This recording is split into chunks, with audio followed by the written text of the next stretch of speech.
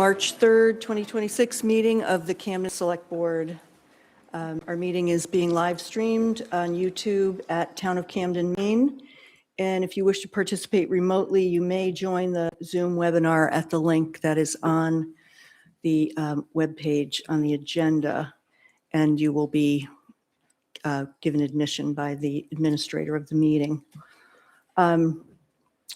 So we're going to start with public comment on non-agenda items, and I would just like to bring to everybody's attention that we have moved the police department update to a discussion item, so it is not a non-agenda item, so it is not appropriate to comment on that as a non-agenda item. But any other non-agenda items that anybody would like to bring forward, they may do so at this time. Remind guidelines of. And we're going to keep comments short and civil. Thank you. Any public comments on non-agenda items? Wow, with this room full of people, feel free to step forward.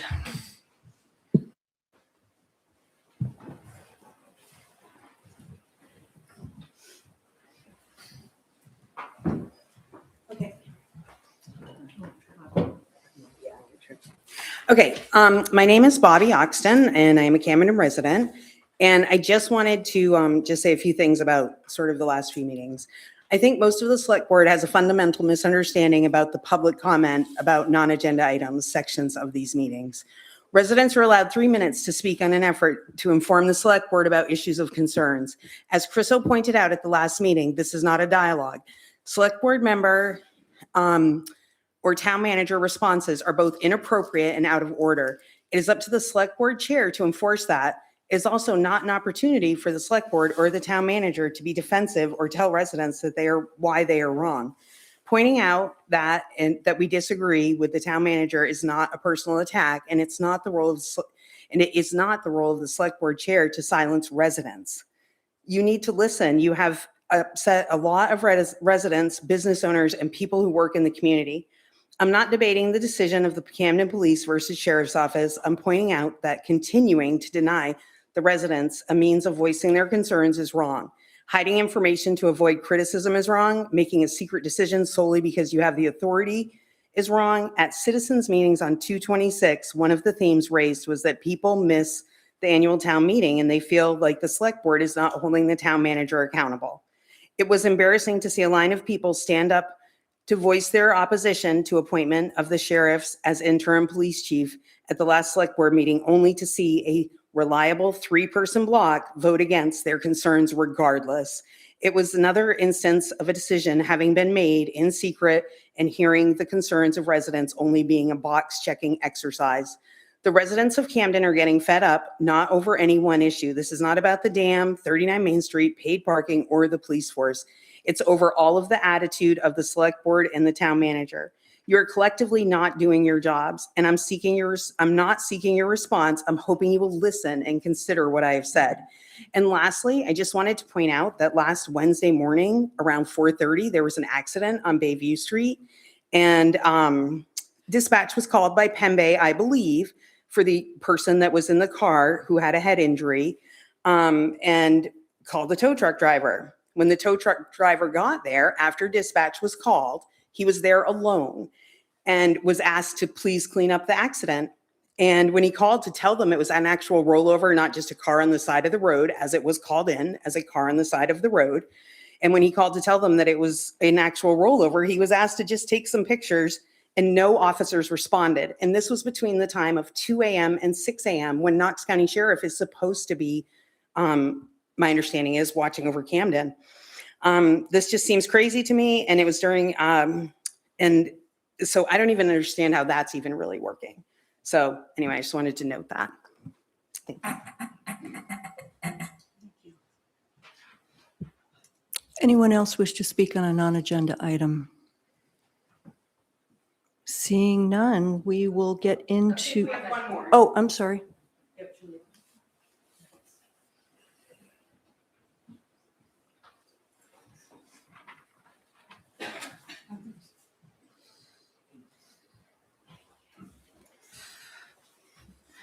Thank you. My name is Julie Clement. I reside at 15 Norumbega Drive. I'm a Camden taxpayer and a Camden business owner. My business is the Long Funeral Home, which I co-own with John Long. I also own a home in Rockport. The Camden Police Department is vital to the well-being and safety of our community.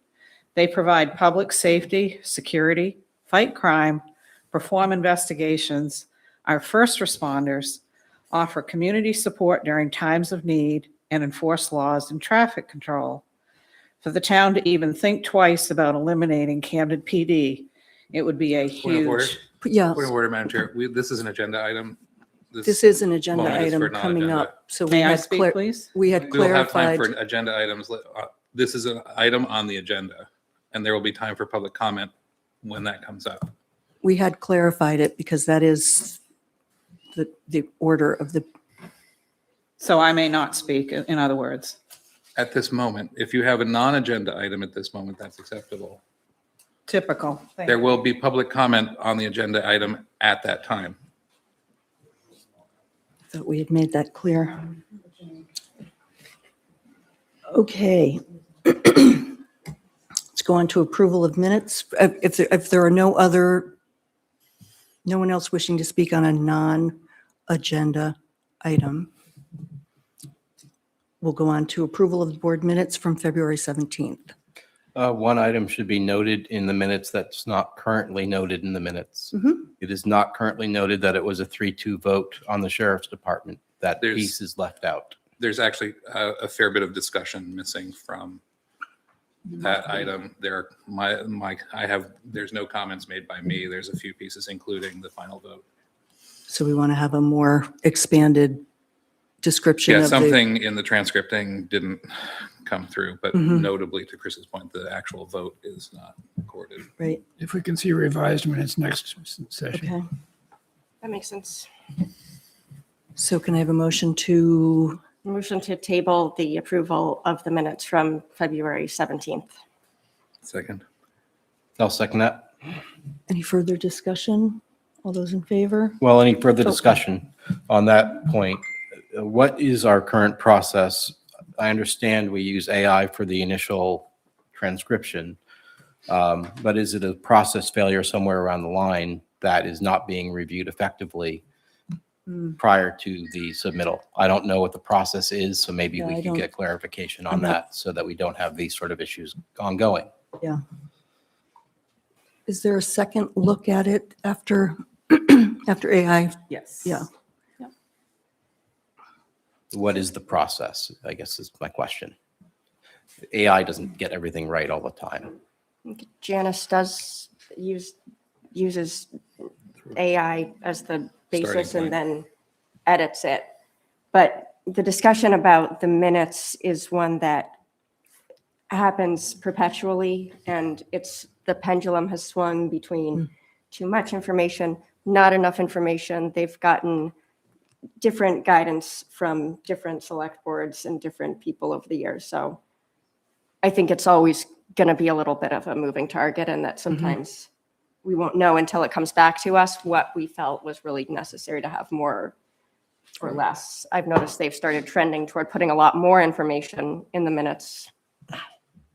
You know, I don't know how I feel about that, but I think we just flag, like when we flag things that didn't quite get the mark, then they can go back and that Yeah, there seems to be isn't the right any- process. There isn't any mention of the vote at the end of that discussion, so. I'm just surprised if we have a process where the person looking at it, that's not picked Mhm. up. I would think Made a that's, mistake. I understand what you said about the expectation of the detail that's in there, but there are certain details that should always be in there. Oh, of And a course, yeah. vote should be one of those things. I think it was just a mistake. We're all human. Yeah, it was a mistake. So Said we'll AI. table the approval until we see revised minutes at the next, that's the motion that's on the floor, and we've got a second. Any further discussion? All those in favor? Okay, thank you. So this evening, we have the recognition of service for fire and EMS responders. Holly's going to introduce this. Thank you. I'm Holly Anderson. I'm the co-chair of the U.S. National Toboggan Championships. And I would like to ask the following people to come up front, please. Lena Powers, Heidi Mansfield, Megan Ranlett Bowley, Linda Clancy, Jacob Wilder, Bennett Cohen, and Connor Howland. If you guys would all step up front for me, please.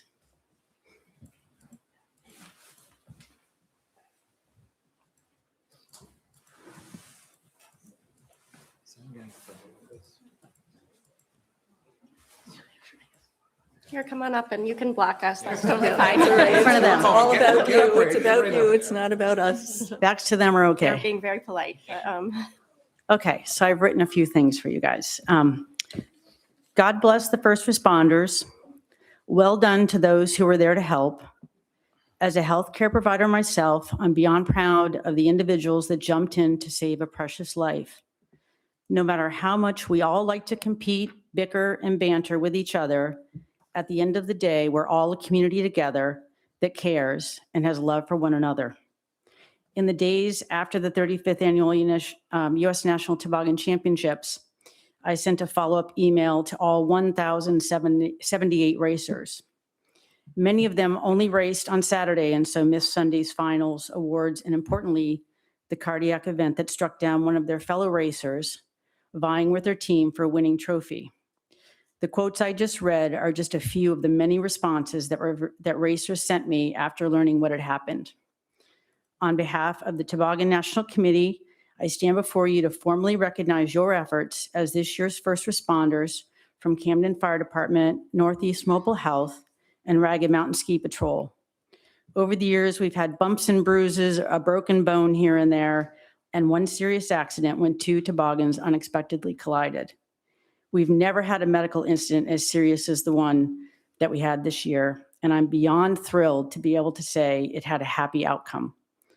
All 7 of you took over from a handful of nearby racers and helped our racer beat the odds. You brought her back to life and gave her the ultimate winner's trophy, life.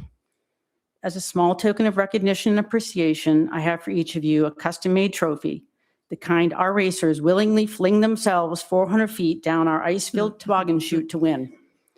Thank you for all that you do for our community, but today, thank you for all you did for our toboggan national racer, Lil. Thank you.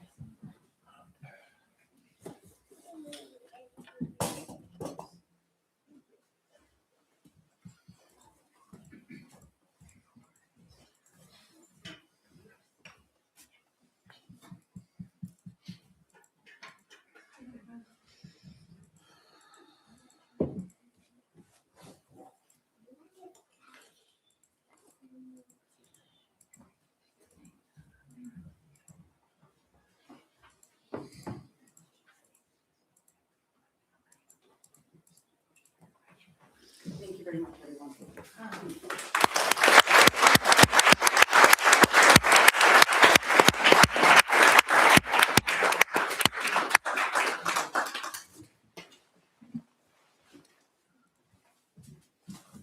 And thank you for allowing me the time to do that for everyone. Of course, Holly, thank you.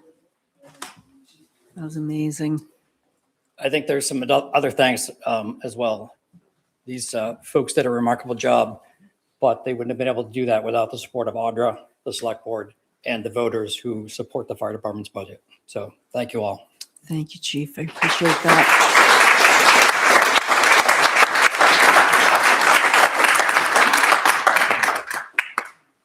Oh, one more thing.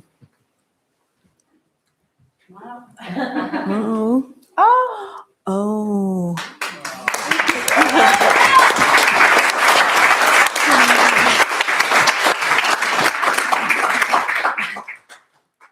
This is Lil, and we're very excited to have her here tonight. Yes, Thank you for coming. I just want to thank all the EMTs and the medics and everyone involved and my teammate Brittany.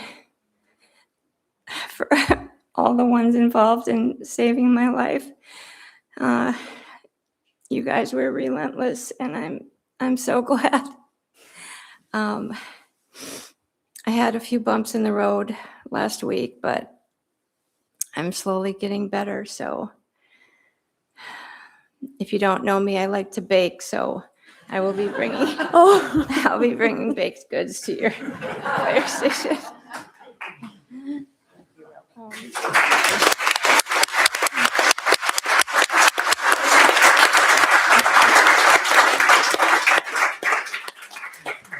And now their team is the Camden Comets, right? Are you part of the Camden Comets? I love following your adventures on Facebook, and it's been very inspiring to watch all of that.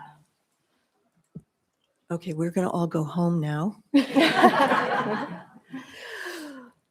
Wow, okay. I can't see. Somebody help me with the next item. Okay, yeah. So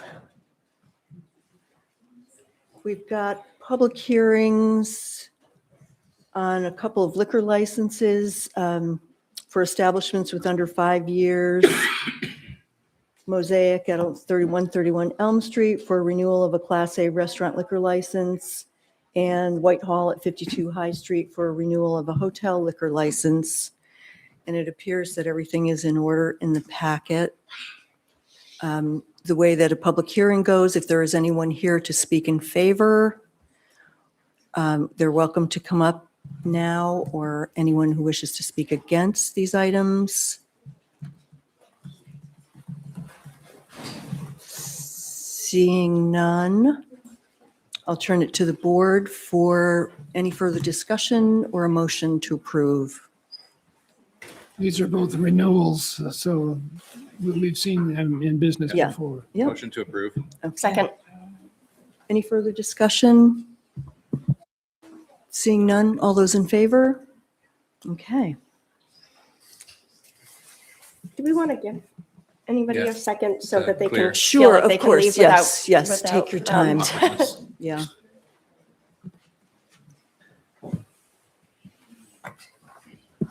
I don't see anything on the agenda about the Kaizen parade. Oh, Should we give that, Joe a minute to- yeah, Joe was gonna come up during the I forgot to, Oh, Joe. yeah, I forgot to tell him that was the time. Probably felt a little tense at that moment. He didn't want to get that wrong. Yeah. Joe, why don't you, once these folks have cleared out, come up and.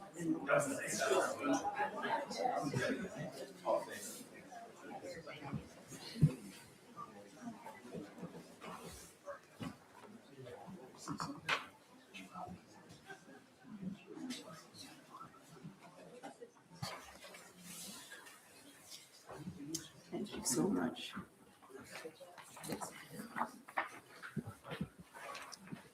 So we're going to go a little bit out of order and just circle back to the non-agenda items to just get an update about the AIO fundraiser taking place next weekend, correct? Yes, I Paisan want to Parade. first, so I'm Alan Curl, I'm the executive director at AIO. I want to first talk about the connection between AIO and Camden, this town of Camden. And so you're getting a handout that takes our statistics and pulls them specifically to Camden, people who have a Camden zip code. So the headline there is that AIO touches the lives of about 9% of the town. Roughly half of that is people receiving assistance, and about half of that is community members helping provide that assistance. There's a whole bunch of programs. I'm just going to go through these pretty quickly. The most obvious one that many people know AIO for is we have a market. That market serves, over the past 12 months, 123 unique households, about 275 people who receive food. 1,393 visits. Those households have made 1,393 visits over the course of the year. It's about 11 visits, almost once a month, not quite once a month. It's about 5.4% of the town of Camden has received some service over the past year. Households generally take about 40 pounds a visit, 40 pounds of food a visit. It's about $100. So if this is a household that is earning, say, $30,000, $35,000 a year. If somebody comes every week, there's no limit on how often people can come, but just assuming people would come once a week, that's a pretty significant impact for somebody's household budget. Totally overall, those visits, about $139,000 have been saved by people who have come and received food through the market. 17 of those households receive a home delivery. So that's a pretty new program for us. It's been around about a year, and it's really focused on people who don't have a vehicle, don't have a working vehicle, don't have gas for to drive, don't have mobility, or in some way challenged in that way. About 123, so 17 households have received 123 deliveries. It's a new program, so I'm sure that if we were a year from now and looked at that 12-month time period, it would probably be a significantly more larger population. About 60 kids receive weekend meals through at the elementary school. Of course, obviously not all of those students are necessarily have a Camden address. That's about 7,600, 7,700 meals over the course of a year. Camden Public Library, we extended that program just this last summer to continue through the summer, and the library was the distribution point. Schools are obviously closed. It kind of slowly started up because we didn't really consider it until sort of right as summer was upon us. But about 7 to 10 households received, for the kids in 7 to 10 different households received that same equivalency, two breakfasts, 2 lunches, and some snacks each weekend for 10 weeks of the summer. About 100 students at the high school receive snacks and easy prep meals each week. About 50 students at the middle school, same thing. 46 households, we have an energy assistance program. Many of you also know about that. The way that program works is somebody can sign up each quarter. So Monday was the start of a new quarter. People can sign up and receive $200 that they direct to either their CMP account or to a fuel oil provider of their choice. So over the past, since fall, actually, 46 households with a Camden address have received that assistance, about $13,000. There are 34 active AIO volunteers, about 11% of our volunteers, including now the chairperson, by the way. But many people, and I recognize many here in the room, including kind of interestingly, David Feldman, who's a resident here in Camden, was named. He's a super volunteer. He was named Maine's Volunteer of the Year, and that's only one of those people. So that was pretty amazing last year. 13 households received diapers through 102 visits, about 3,000 diapers. And there is one, so we also have a program which is satellite shelf units scattered around the county. There's 13 of them. One of them is here in Camden. It's at the library. Other kinds of factoids, if you will, 198 households donated to AIO over the past year. One household is on the board, it serves on the board of AIO. It's a 14-member board. One household is a paid member of the AIO staff. 13 businesses are participating in Pies on Parade, which we'll talk about here in a minute, acting as pie stops. And that event will bring about 325 to 350 participants to Camden in a week, 10 days or so. This last statistic is really important because it kind of breaks a myth, I think, that many people have about food pantries in general, but perhaps AIO in specific.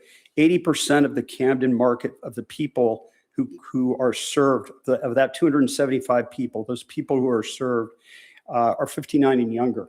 It's not, food pantries, sure, have some older folks coming to them, but it's working people. We've maybe heard this acronym ALICE, Asset Limited, Income Constrained, but Employed.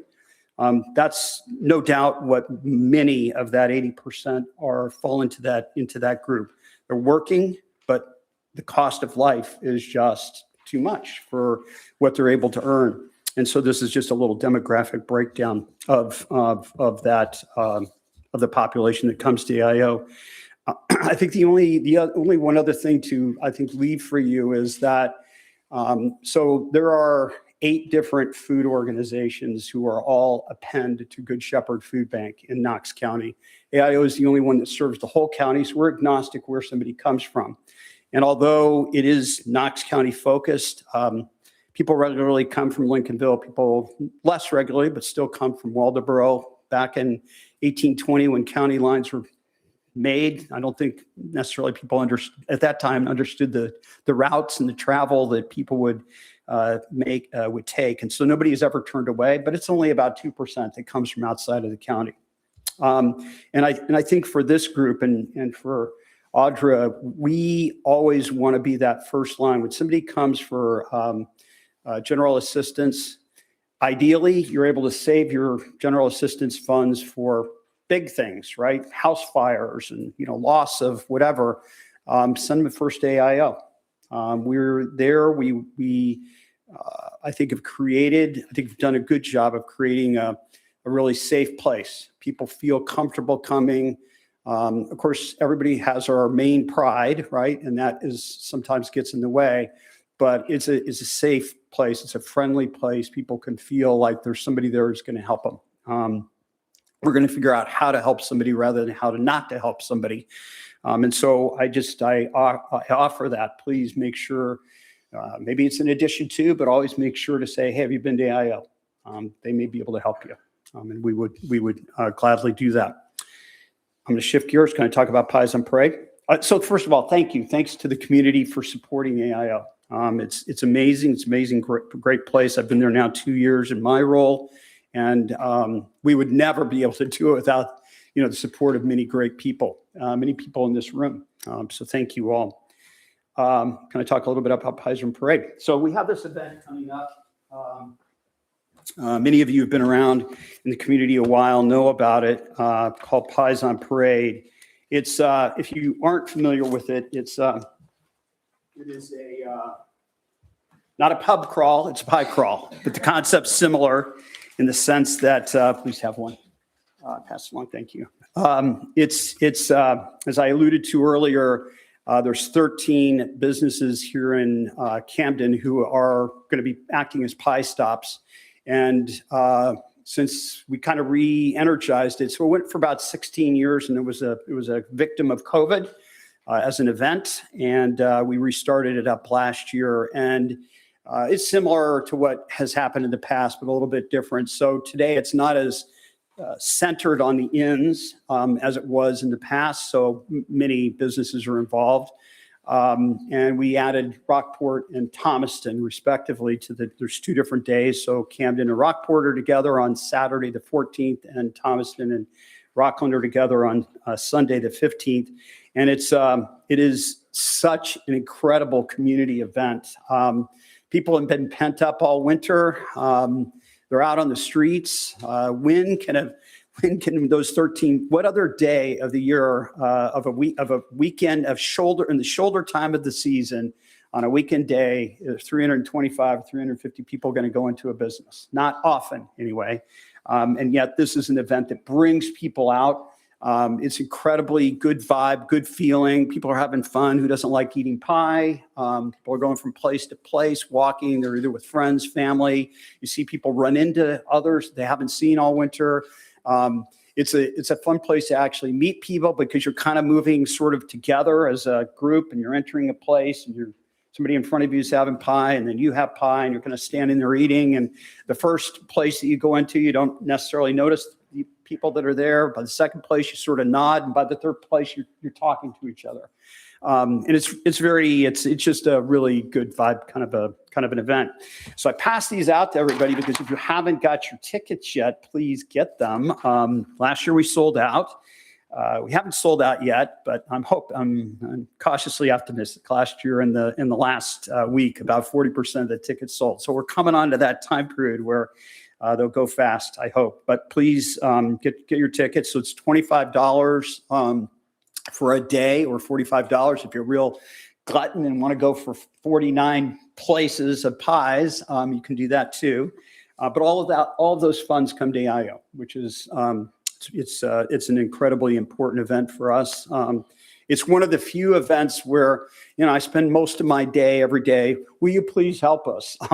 This is one of the few events where I think there's really a lot that comes back to the people who participate, maybe as much or maybe more than what AIO receives. So, I encourage you to get those tickets. And then I was hoping that the select board might do some kind of like, hey, we're going to declare and, wherefore and whereas, and, we're going to declare, Like a proclamation. Saturday, the 14th as Camden Pie Day. Just an idea that you might want to consider. If a couple of the other towns have done that, not to put any pressure, but it's just, it's a fun thing. But I leave that with you and thank you for your time. Okay, we can certainly toss Your that time? around. Do we have to do it tonight or? Well, we Because we we didn't don't put have it on the another agenda. meeting. Out of time, We don't have but, another meeting before. We don't have another meeting important before it things to do. happens. Unfortunately, this was a non-agenda item that was supposed to be 3 Non-agenda minutes that went 15. Okay. Well, I thought it was great to hear doesn't- about such an important. If we're going to organization. be letting people always go over the time, then for things maybe we don't like, have to have that same amount of time. I think everybody likes AIO and probably feels like. It doesn't matter whether they like it or not. It should be the Okay. same amount of time All and right, the same well, amount of Chris, response. there isn't actually a set time limit on non-agenda items. Non-agenda This was an items. invitation for someone to address the board on an issue that we didn't have on the agenda. Was an invitation to speak to the board from where? I thought it was a non-agenda item. Missed the non-agenda moment because it got It a little was- tense with the rules and Right. opted to stay sitting. And having not attended our meeting before, not realizing Yeah. where this discussion fit in our agenda, we fit it in. And I'd rather make our discussion be about acknowledgement of the value of AIO than this sort of minutia around, I understand everybody's tense around who's can speak and when and for how long. But I think the recognition of the importance of this organization, the value of what they do, and to celebrate an event that will bring everyone together in goodwill, in the spirit of supporting the community, is worth our acknowledgement. So I don't know if we want to take it any further than that, but I appreciate your presentation, and I think I'm so mixed about AIO because I'm so grateful that it's there, and I'm sad that it has to be there, but the work that you do is beyond valuable in the community. So thank you for coming, and Where can people get tickets? Okay. I think I'm going to try to actually go for the first time. And it should be noted that March 14th is actually Pi Day, as in the number pi. So You got it. Oh, The double entendre. oh, so no proclamation needed. it's already Pi Day. Thank you so much. Thank you. So let's move on to the consent agenda, and there was a request to make a couple of changes, to take a couple of things out. So the consent agenda consists of the Camden Art Walk closures, which have been a number of years. Is this the third or fourth year? The fifth year. Third Thursdays during the season from May to October, from 5 to 7 for that stretch of Bayview Street for the Camden Art Walk. And then the other item that we will leave in is the Duck Derby on Sunday, June 14th. Could we maybe take the art walk off of the consent agenda just for the purpose of Colin just giving the little spiel since he's here? I think it's nice. If you don't want to, you don't have to. I mean, I just think it's nice for you just to say remind people what's happening and that it's happening again. And I would Well, second, we I were- would second that again- agenda change. Yeah, okay, thank you. Sure, we asked Colin years ago, like to do this, and he just made it happen. yeah. Yeah, the art walk, I think it's our 5th year. We close this Bayview Street down from 5 to 7 p.m. The 3rd Thursday of each month from May through October. Usually we have a food truck there. Miss Amy from the Camden Public Library comes and does a kids craft project with anyone who shows up. And sometimes she's had as many as I think 80 or 90 kids working. Oh my God. We hire a And live quite band. a few adults too. A lot I of would adults say. too, yes. There's a live band every art walk set up right across the street from the gallery. And with the street closed, it's really more of like kind of a family event than a typical art opening. And so our hope is to kind of make it as much of a kind of welcome community space as possible. Should we do it more often, do you think? No. No. You're welcome to host That's a one. no. Should anybody else want to do it? Yeah. Well, thank you so much. It's been Yeah. so wonderful. Yeah, thank you.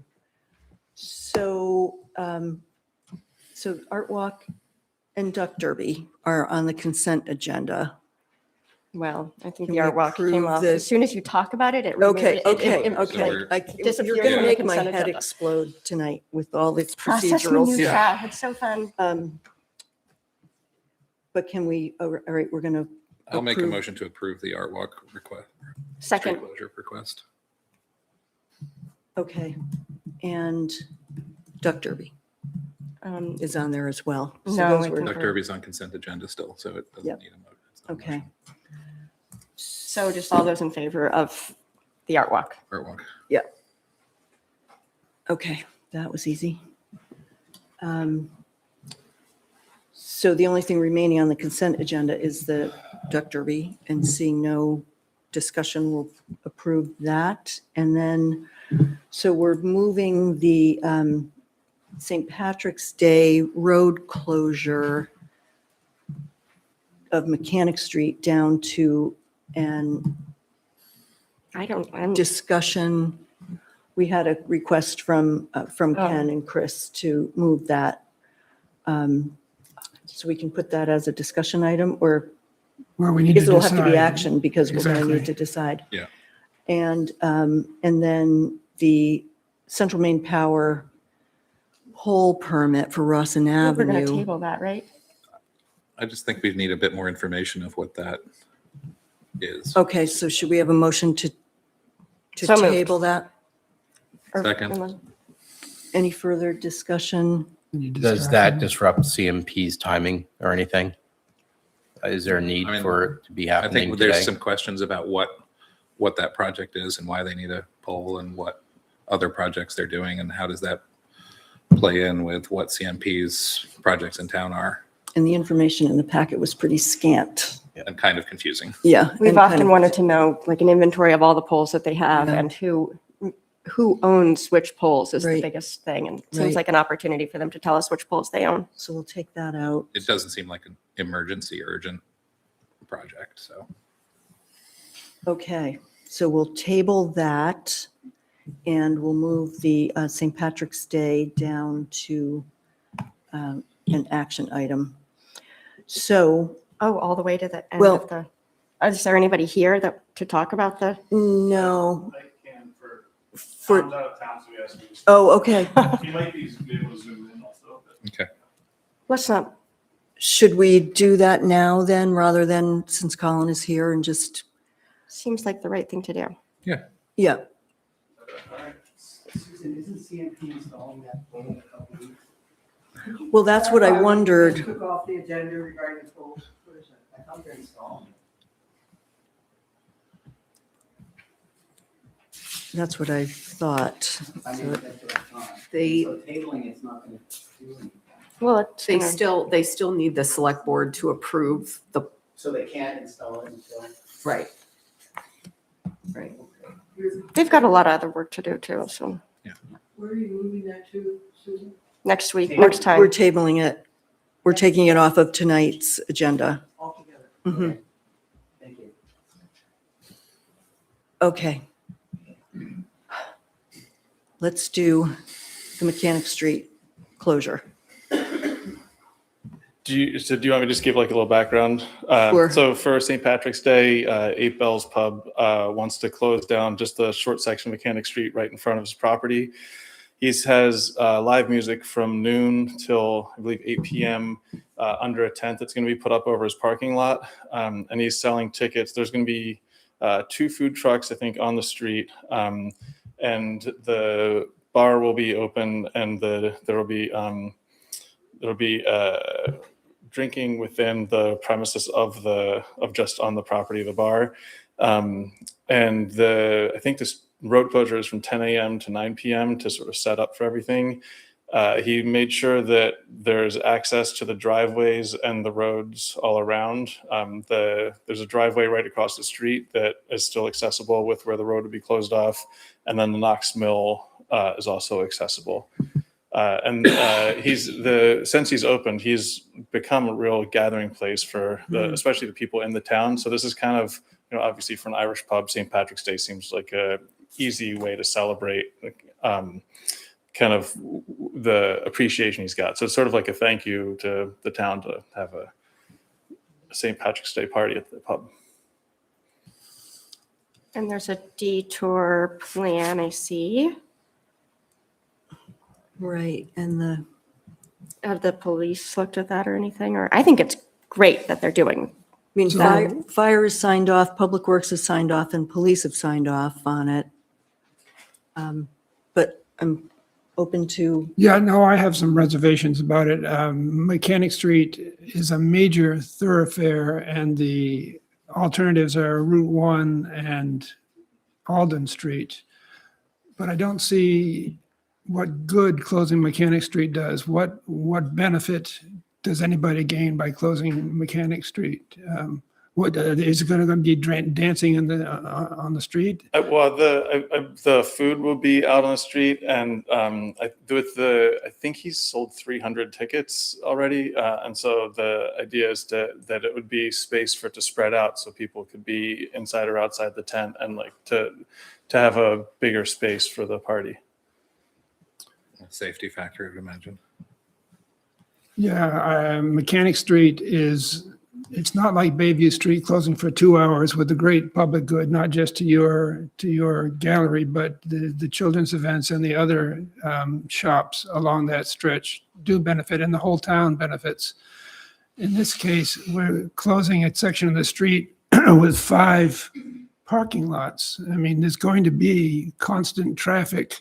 Even if we close the street, somebody's going to have to open the street to let traffic through. So even if the street is closed, there will be traffic on that street. So we're measuring the public pain versus the public good.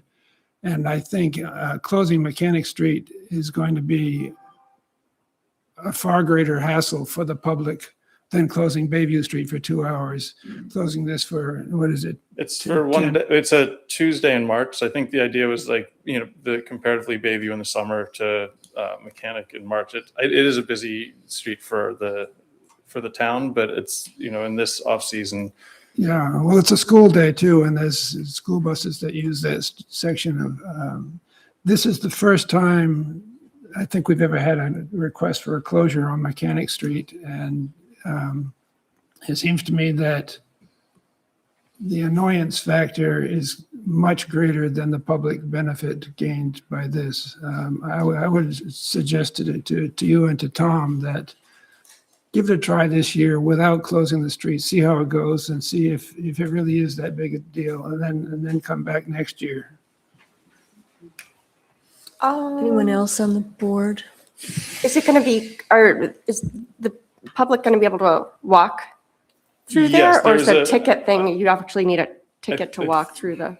So my understanding is that you may have to walk around the street closure. There's a sidewalk on the other side, so you may have to cross the street and walk around the closed section if you're not a ticket holder, I believe. I don't remember that I don't think that the allowance of the tent in the parking lot area also included allowance of closing off the sidewalk to people. Right, it was different with the previous event that he held, and then this was a different. Right, this is and they said order it of was just going to magnitude. be a tent over the parking lot last time we met. It was not parking lot and sidewalk that would disallow people from walking. It was not about food trucks in the street. I don't Any love the other- idea of making it so that the public can't walk through Yeah. there. I can see why a party that is ticketed for the building and the parking lot and all of that, and that, there's extra activity kind of spilling out onto the street that could be enjoyed by the public also would be beneficial. But I do see the point about like the actual closure of this. Right, the closure, Like if the closure the time. public can't enjoy it too. Usually closing the street is kind of fun because everybody gets to be Like a block congregating. When I party happen to that- be walking down Mechanic Street and the band is playing, I can enjoy it for a minute as I'm walking down Mechanic Right. Street. Which could be But fine. to Allison's or Ken's point earlier, that this is also during school hours when the street would be closed. And I think that's a common route with the buses. And typically Alden Street's kind of narrow, the way that people park and whatnot Yeah. on Alden Street. I don't think I don't know. If I was an Alden Street resident, I'd be concerned about increasing traffic that much, that this is the detour from Mechanic Street. Well, there's Free Street and, Yeah, There, but there it- is, and there's Pearl, but I it's, think most I mean, of if the buses police go signed up. off on it, I'm fine with like kind of letting people do their, Well, I guess Jobs. my question is what, and I know it's it's not your, but like why is it from 10 a.m. till 9? I mean, that was. my Well, question the of why. music starts at noon. There's live. He has a band coming from Ireland that I believe is maybe 6 or 7 p.m. But he has live music probably 4 nights a week at the pub, and so there are some local musicians who are going to be playing under the tent all throughout the day, trying to make it like a real kind of Irish festival. I think for me, the public would have to be allowed to walk through the street, not Yeah. on, Yeah. so that it, like there has, like what Ken said, there does have to be a public benefit. Otherwise, we're talking about a major fee, really. So if the street were closed, if the ticketed section was just on the property, then Right. Yeah. that would change things. I would be okay with closing the street so that people can, walk they- through and be enjoying the music from If they happen to buy outside a and the, taco or whatever from one of the food trucks, Right. that's up to that. They can do that too. or but- their food trucks too. Yeah, you said there's food trucks. Right? Yes, yeah. So I'm assuming you want people to come to this event. Where will they park if they cannot get down Mechanic Street to the parking lots or use the parking along the street? Will there be volunteer personnel opening the gate and closing the gate with every? There's, I mean, Optional parking lot is- there are ways to get around, so I don't think that, like, when we close Bayview Street, unless someone's parked in there and needs to leave, we don't open, like, it doesn't open up for That's what I'm anything. And addressing. so I think for this, like there are ways to get around, like the school buses there's, I think, 1 or 2 come down and like go all the way down Mechanic, but a lot of them just turn right on Knowlton, is my experience in living in the neighborhood. And I think that would be more common is either, like you said, going out to Route 1 or up Knowlton to get around. Yeah, there are alternative routes. None of them are good. But the question I was asking was, what about parking? How do people get to the parking lots? There are 5 parking lots on that stretch of road, and the road's going to be closed. There won't be any access to those 5 parking lots. Well, the road's only closed in front of the pub. So there is access to the lots. It's only Not what closed, the- it's a 60 foot, my Is that what understanding it is, shows on the map. I thought it was closed down to Washington Street. yeah, that is what the map does show. There's a little Oh, black yeah. barricade down. Oh, I it. see, It I says see, I closed to see. local traffic. I mean, it So says it's down the detour red- sign with arrow, so it doesn't necessarily mean there's. my understanding is that the Oh. only closure is really right in, it's 60 feet of road right in front of the property that the pub sits on. Okay, that changes That's it. when different we than what's see- on this yeah, map. Yeah, so it's just that little, So people can that come little up piece, they from can come Washington up Street, they and can park. access the parking lot, they can Right. park Go on the down. street. They'll have to that, figure out. yeah. This shows it all around, but- closed all the way to. Yeah. That, objectively could be a bit of a Yeah. problem Yeah, because there's like a lot of other businesses there too. Mhm. so what are we thinking? Do we want to, I mean, we kind of have to make this decision tonight because it's, Well, do we have anyone from the public here that might be impacted about Or, this? it looks like there's I mean, public Anita? comment. Please.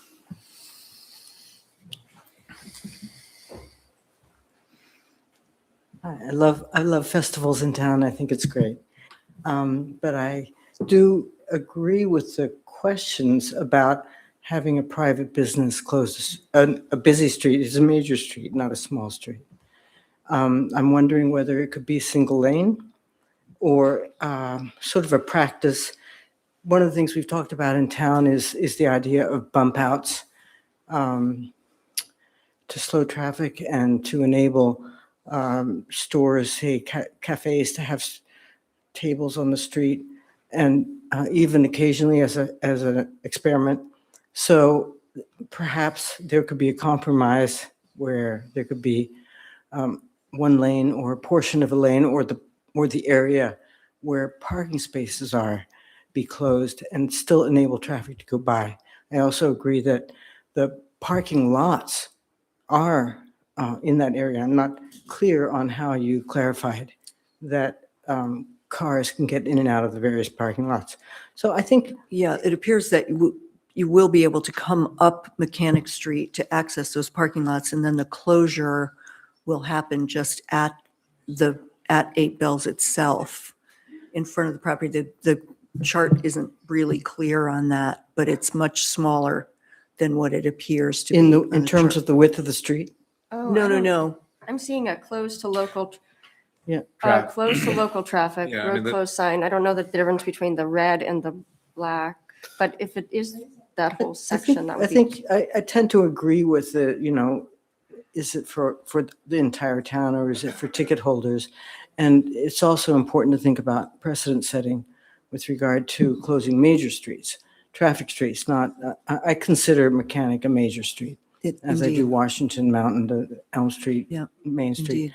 So perhaps you can consider just along the parking spaces themselves. That's an interesting point. And plus, with bringing up the parking spaces that are on the side of the road, one of the things that we sometimes have problems with is that we have to close earlier is down at the public landing, like when we have the Windjammer Fest, because there might be cars there. And in this particular case, are there, recurring people who park along those parking spots that may be there at 10 a.m., even though the road is closed? Right. It would be nice if those cars weren't there. And then to your point, potentially have it a one-lane thing. I don't know. Do we have Jersey barriers that we could make a bump out temporarily with? I would say that it's very practical to close the sidewalk and the parking spaces, like, do, instead of a road closure permit, encumbrance permit, allow them to use the parking spaces in the sidewalk. However, half of the road and having like a one lane closure, that actually would present more logistical problems than the detour, because then you have to have like a flagger. yeah.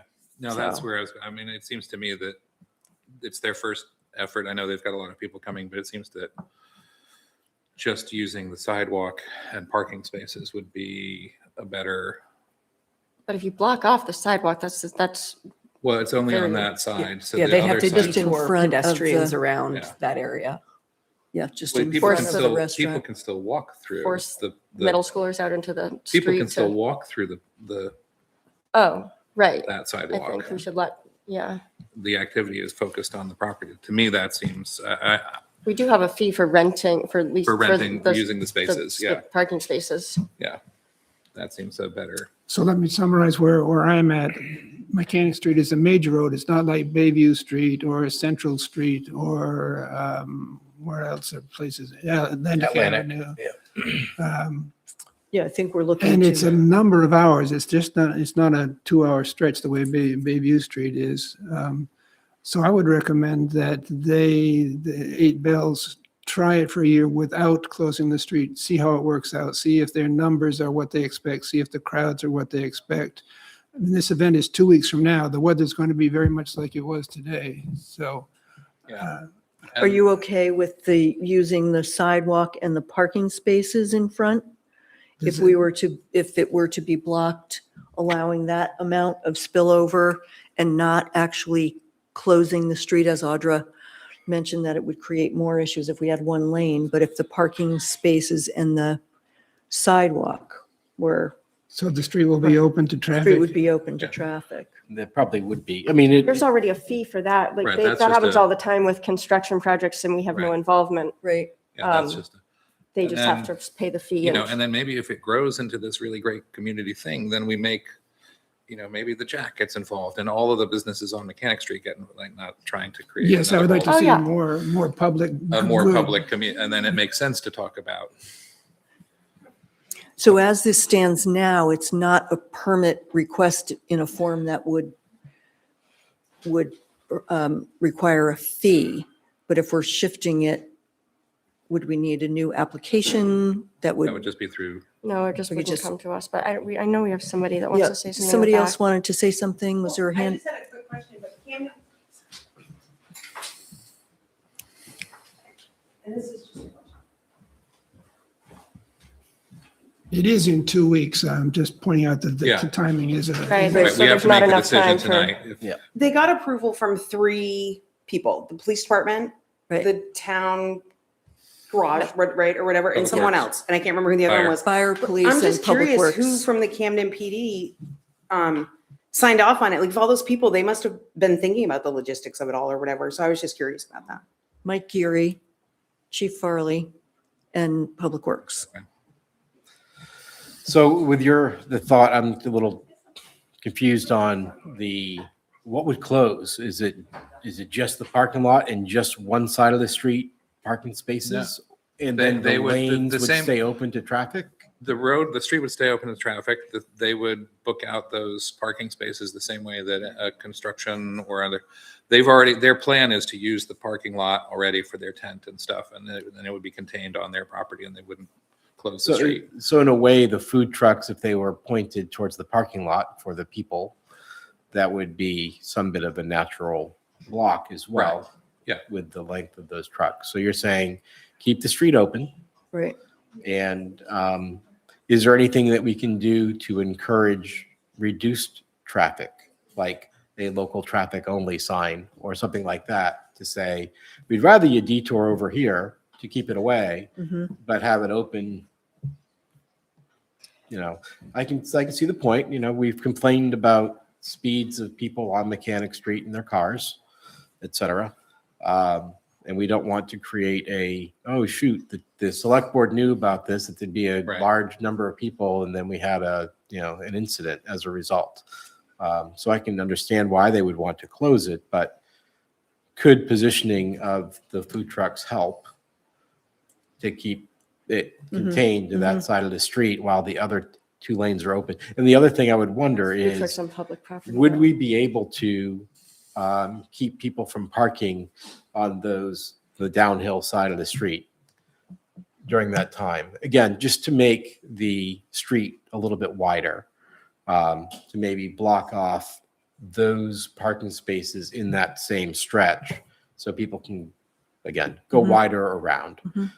And I would say that probably, if we're going to go ahead and recommend for safety purposes to not allow people to park on that side of the road, that would also be part of the fee for those paid parking spaces. You mean on the other side of the road? Yep, so both sides, whether you're going into town or out of town. It's generally considered more safe, like to make it safer. You don't widen out the road because people tend to go faster when they feel like they have more. I think that'll be. I feel like probably we the shouldn't case. get too, I think really it's wish they hard- were I here know, right it's now really so hard that, to- because I want to be able to encourage I them don't to wanna go manage forward, their but event, but- like I'd be open to a lot of things, but since they're not here I'm okay with them leasing the parking spaces and doing all of that. What do we think? Well, I know that we have a lot of other things to. Yeah, talk, I but don't it's want to get also too like a deep in the weeds time-sensitive- with this, but But it feels like we're not it feels like we don't really have support of a full street closure for this event at this time. So Not for the full street closure. That's what I'm hearing from That's what everybody, we that have. if we were to limit it to the spaces in front of the business. they have other options through town staff to find a way to make it work, and that will be done safely. And Yeah, so if you Although vote they this down, have, what we can do is we can suggest to them that they fill out a right-of-way encumbrance permit, and that would take care of the sidewalk and the parking spaces so that they'd be able to utilize that for the event, but it wouldn't necessarily block pedestrians from crossing too. I do just feel a little bit uncomfortable with, they obviously have gone through the process of talking to I 3 department heads and, you know, Mike Geary and Chris Farley and presumably Dave St. made a motion. What's that? They basically made a motion. They did? Vote on it. Well, you if you have, you should come up and give you have a input. comment, you can come up forward. We're and we looking can for a way identify, forward but- here. Well, They asked for something. You can't just let comments from the, I know, I'm trying not to, but I So believe I you. really think don't want to that say what- no, but I But feel what I uncomfortable think what saying we're yes. looking for is a motion to approve a revised permit request to allow 8 Bells to hold their event using the sidewalk and the parking spaces in front of the. Oh, good, okay. And we've got another Can I also person make a standing here comment, too. please? yes, please Yes. identify. My name is Steve Mischisson. I'm a Camden resident. I think for the safety of everybody that's attending that event, and it's going to 8 o'clock at night when it gets dark, I think closing the road is the safer option than not, because people will be pouring in and out of that area. And I think for the safety of pedestrians, the people partaking in the event, that's the right thing to do. If it doesn't work well this year, change it for next year, if there's an event next year. But it's something that I think the community wants. And I think we have to look at the safety first. Thank you. Thank you, Steve. I think that's a great point. Anita, hang, Is Tom's. Hello. Hey, Tom. Hey, how's it going? Sorry I'm not there. I It's really okay. apologize. I didn't really want this to get into such a mess here, but I just wanted to reiterate what Colin said. We're really just trying to close down that small section. I'm happy to have it open to the public to walk through where people can't necessarily go into the tent, but they can access the road. I'm happy to do that. That's fine. If that helps at all. But we're literally just closing down a 60-foot section just so I can have options for people for food and things like that. I just thought that would be the best way to handle that. There will be roughly 300 people attending this, as well as people walking in. So I think I created a monster a little bit. I think the town needed this a little, and that's all I wanted to say on that. It's just going to be 60 feet. It's a Tuesday in March, and I hope we could make it work. Tom, can you just clarify, because the map that was in the packet shows closure all the way down to the end of McKenna Street, but you're clarifying that it's just from, yeah. it's sort of just the boundaries That's of the incorrect. property. That was just meant to Okay. be. That's meant to be just a sign Signage. alerting okay. people that the It road does. is closed to just local Okay. traffic. Okay, Okay, so so it's just sign, the yeah. width Really? of your property from the edge. It's of the- literally just Yeah. that small section. Okay, And if it at all matters where people can walk through, I'm happy to do that. I just didn't think of that. I apologize. That sounds great to me. That's- I'm Let's, fine I am with that. Okay, totally let's fine. get a I motion move and- to approve the request Anita as has some. described. Anita, Just a quickie, I thought I overheard you say, Allison, that there is a fee for closing parking spaces and sidewalk, but there's no fee for closing a road. So I just think that's something that select board should take into consideration, not necessarily in this instance, but I'm concerned about precedent setting. And it doesn't seem it Yeah, I doesn't think make if it turns sense. into something that like everybody, I mean, I would love it if everybody started requesting this. I think it's great for Camden but your point is taken that then that's why we had the discussion about there being a public benefit and Yeah. I think there is here, but The road closure fee is not a bad idea. Okay, so I'll I take a move to motion. approve the, Honestly, sorry to jump in. If people want to hang out in the food truck area and listen to these guys because they're amazing, be great. I love it. And it'd be great for the town. I just think, it's just going to be a great event. And, like I said, it's just that section. Everyone can access their parking. There's parking behind on Knowlton. There's a huge parking lot for people if they need to park up there to come. So the parking, in my eyes, is not going to be affected. Will you want any cars? I can't remember. Right across from your property, are there parking spaces there that are sometimes occupied? And will you expect those to be moved somehow? Yeah, I mean, in the morning we could block it, but it's honest to God, I don't see that kind of traffic as far as people parking out front ever, except for later in the day. It just doesn't happen. I'd be willing to bet that no one would be parked there, but Could we close those off earlier then, so it's not an Well, they issue? can do that. I mean, they can do that in the morning. Yeah, we can close those off as early as the night before or first thing in the morning. That's, okay, so I'll take a I'm totally motion. fine. I move to approve. I just wanted to hold on, you might- reiterate that. Tom, Tom, We're let good. us, Thank Tom, you. let us move yeah, on sorry. here. Yeah, Sorry. thanks for being flexible. I move to approve the proposal as described. second. Any further discussion? Yeah, I just want to repeat that I think that if we're trying to compare public, I won't call it bad, public annoyance versus public benefit, I think the public annoyance far outweighs the public benefit that we're going to get by closing Mechanic Street for 10 hours even on a Tuesday, 2 weeks from today. Okay, I guess we'll see. As a Mechanic Street resident, I would say though that I do think it's been really wonderful to see all that activity at the business and that Camden has said for a long time, we want more of that. We want more of this kind of stuff to do downtown. And it's been great to see energy there. So Okay, so all those in favor? Oh, I thought there was time for discussion. Got All right. 4-1. 4 in favor, 1 opposed. Well, you'll all be able to see firsthand because it'll be at the next select board meeting. Right. Yeah, we'll hear all about it. We'll have That to night. park somewhere else. Okay, phew, getting through it. Select board reports. Does anyone have anything they'd like to report? I just have some numbers that I thought folks, We like numbers. this is from Jeff and Grace of the Snowball, just some numbers from vacation week. 710 tubing tickets sold, 260 ski lessons, 1,220 rentals. This is just from the week of school vacation.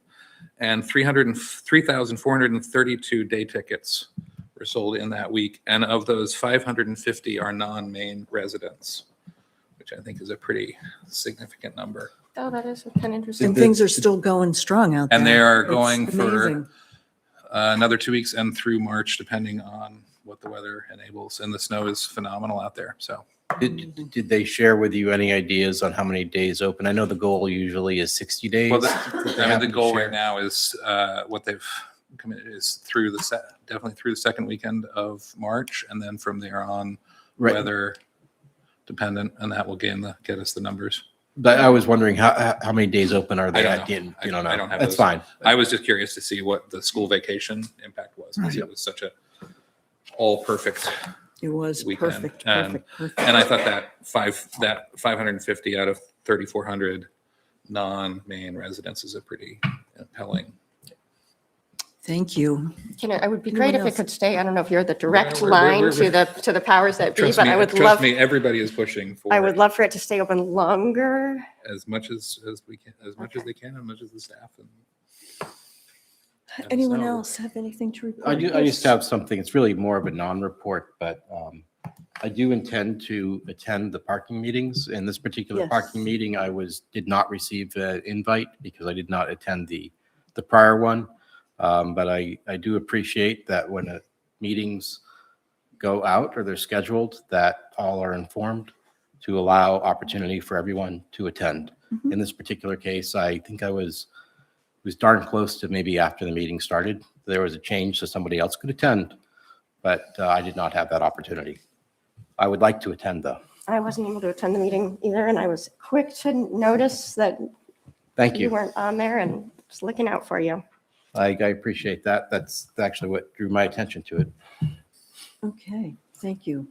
Ken? Yeah, I just have a quick note. The Budget Committee met last week for the first time, and Audra is going to cover the gist of what we need to know about that. But I did want to point out that March 10th, there was tentatively scheduled a public meeting concerning the police department. That is off, so I want to make that clear. It's off. There is no meeting on March 10th. Correct. I'm sure Audra is going to cover this, but I wanted to underscore that. March 5th is the next Budget Committee meeting, which is Thursday night, and the police department and the dispatch are on the agenda.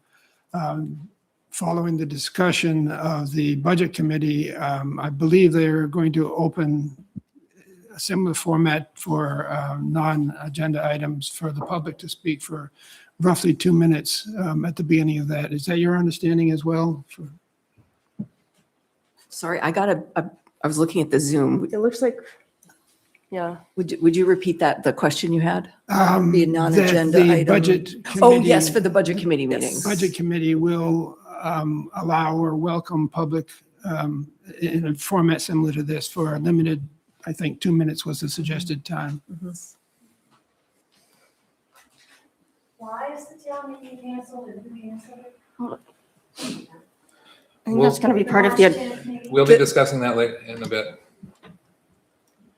also, is the Zoom, is like the YouTube, have we had an issue with the Zoom?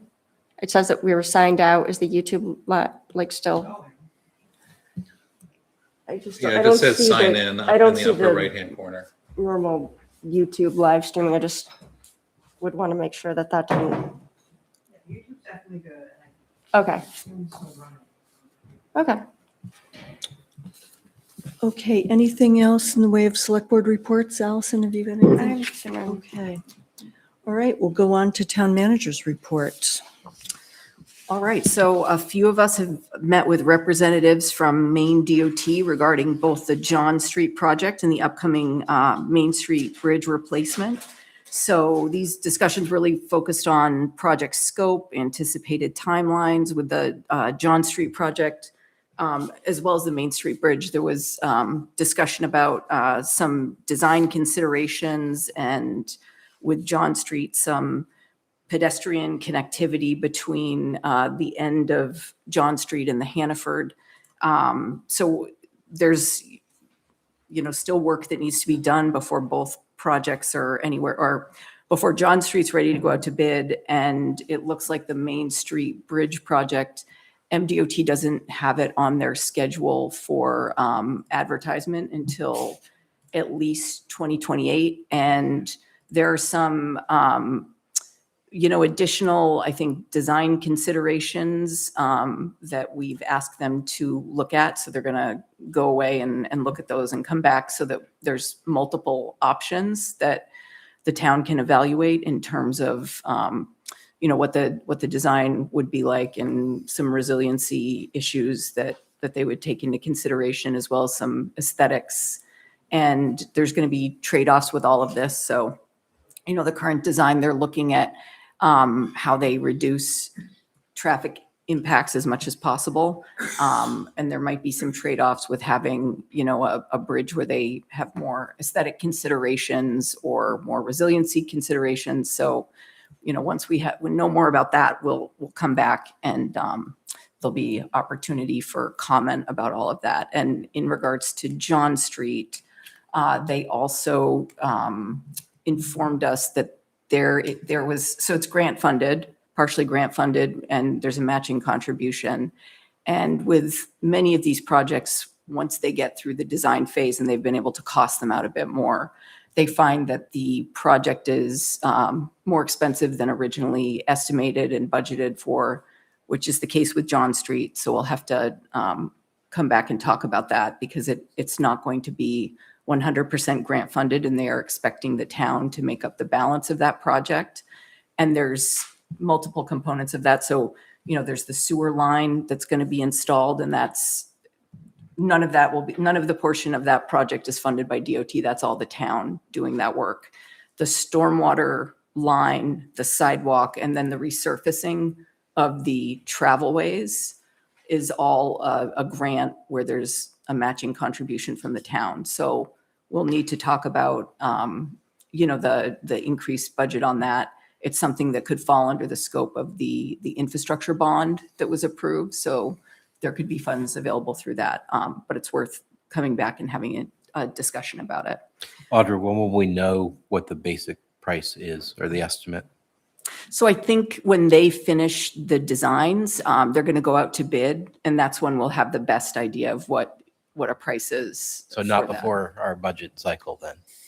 Not before a budget cycle, but definitely we would still have time we'd be able to go through the bonding process with it. It wouldn't be, and that's already been authorized by voters. So it's really coming back to the select board and saying, okay, this is the pot of money we have for infrastructure upgrades. Is this a priority over some of the other things that we were hoping to do that we, will have to move off the list? So that's the conversation we need to have next. I was invited to go to Camden Hills High School to an AP Human Geography class where they were doing a presentation on some urban development issues, which was really happy to be asked to do that. Really smart group of kids, very thoughtful about different businesses that they would like to see in the Midcoast area and where to site them and how to site them. So that was truly my pleasure to do that, and really great group of kids. I am going to be having a meeting later this week or early next week with the group of building owners that are adjacent to the Montgomery Dam site. They've gotten together and they've come up with some ideas for designs that for the area that's currently the impoundment. And it's sort of like a blend of how could this be a really special public space, as well as how could it help with their businesses and improving accessibility and their usability back there. And I'm excited about that because it sounds like they've worked together to come up with, something that they think could be beneficial for all of them, as well as really good for the town. So I think that's going to be very productive. And we recently got an announcement. It was just at the beginning of this week, and it has a very short turnaround time frame. The congressional delegated spending for Maine's congressional delegation is opened. Congressional directed spending has been opened by the Maine congressional delegation. And we're planning on submitting an application to support the renovations of the public safety building to accommodate our 24/7 fire EMS department and personnel. And because our EMS service is something that we share with Hope and Lincolnville, it would fall under the category of being a regional project. So it has that makes it, a much more attractive project for that funding. And when we spoke to reps from different congressional offices, they were very encouraging for us to apply. So it's a very short turnaround time frame, pretty cursory at this point, but we're confident that where we're at in planning out that project, we'll be able to submit an application, which could be very, very helpful in deferring or just making that project less expensive for taxpayers by having to borrow less to achieve it. So I think that that's a great opportunity for us to take advantage of, and no guarantees, but it's good timing. Does it matter that Lincolnville is in the second CD? It's not in Shelley's in the first CD? No, Doesn't it's just matter. as much the senators as well that are Okay. opening this process Great. too. And they all work together and advocate really hard for Maine. So And that's it. You all good? Yes. All right, thank you. So we move on to discussion items. We're looking at police department update, police chief search, and the FY27 budget recommendation.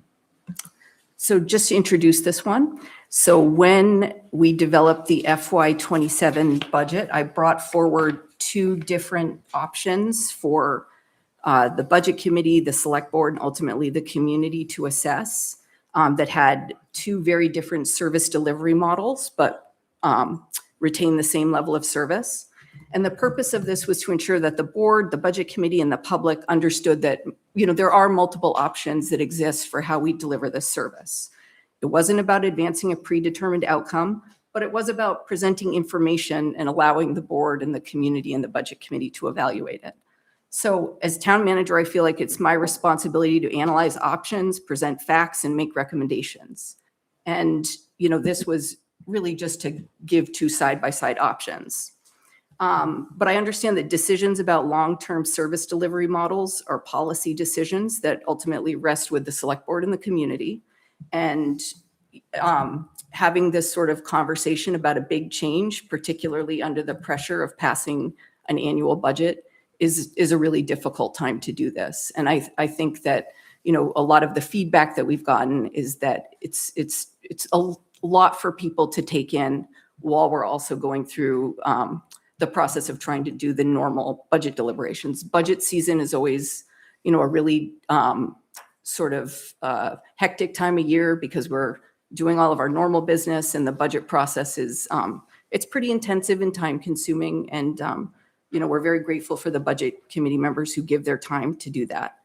So at this phase, given the feedback that we've received, I'm recommending that we don't consider the option of having a service contract with the county, and that we sort of stay with our status quo model. And also as part of that, we move forward with hiring a police, or the search and hiring process for a police chief. So what we're going to be, it's really not a decision before the board, it's more of a discussion, just to say that this is my recommendation, given the time frame that we have and the feedback that we've gotten.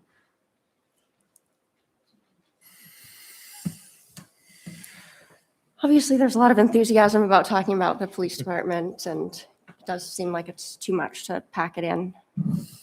And we were in a pretty tight timeline based on all of the transition stuff that happened, like when it happened and what time frame we had. So I mean, I'm hopeful that through the budget process that we will still have the opportunity to present both scenarios so that people will see what the cost and taxpayer implications will be, whether we choose, I think slowing everything down, looking at a longer horizon for this, but also to make people aware that there are very real savings to the other models that we were discussing, but that it appears that it's in the best interest of the community at this point to really slow this down and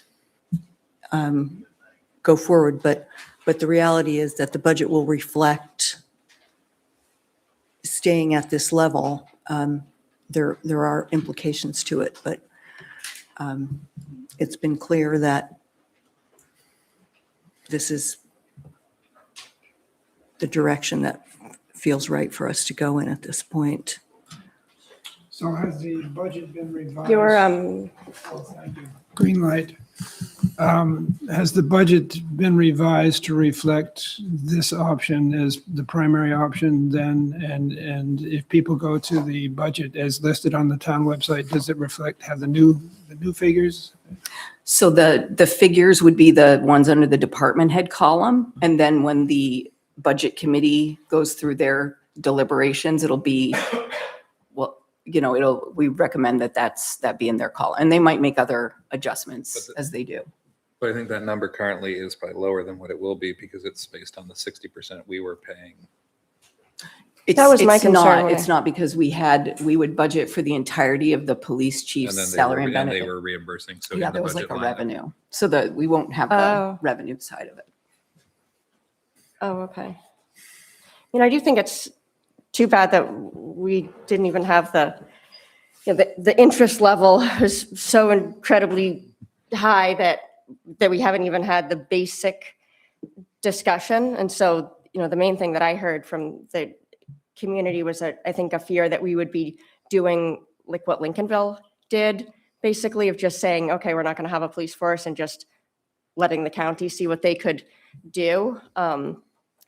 And that is well known, I think, by everybody that would never be acceptable for Camden. The idea would be better utilizing the county services a little bit as we are now, and then having a dedicated contract where we have the police officers, but they're employees of the county. If there's anything that I've seen over the time that I've been listening about police issues is that we just lose so many police officers to the county, to other towns. It's a constant discussion to have to compete with whatever the county is doing. The reality is that these are demoralizing jobs. A lot of the time it's a nationwide problem where retaining officers, and especially the newer recruits, but also the older recruits, because of what they have to go through, it's just very, very difficult. And everybody's scrambling to figure out what we can do to make those jobs more enjoyable. And it's unfortunately the way the conversation got started made it seem like we're trying to do something that's going to make it less enjoyable for people. But we have a very, very serious retention problem. That's why this conversation has come up again and again. And overall, one of the reasons that many people do go to the county or do go to another agency is because it allows them to progress in their careers. And so if Camden officers could be part of a larger agency that would allow them to progress in their careers, there are a lot of ways where that can work out well. But it's clear that at this stage, so much conversation needs to happen to better understand what the goals would be, that it doesn't make sense to move forward. But I think it's important that people know that this is going to have to be addressed, and we do need to do a lot to make those jobs more. And I think that the conversation also will be good and I know that's why some of it's shifted on the budget cycle, but looking at like, what are we paying the county for that we're not getting? How much are we, and where are those tax dollars best used to make sure that we would always have the same level of service that we can, but are there? But yeah, I mean, it's a big conversation that should be given time and thought and not be rushed because we were in a short time period. Any other comments from the board? Sure. While I was glad to see the change of position compared to what the budget said, as far as this was the town manager's recommendation to go with the Knox County Sheriff, thank you for pointing that out, that the department head also made their own budget choice in the FY27 department head column. So thank you for directing me to that. Clarification, being a police officer is not necessarily a demoralizing job.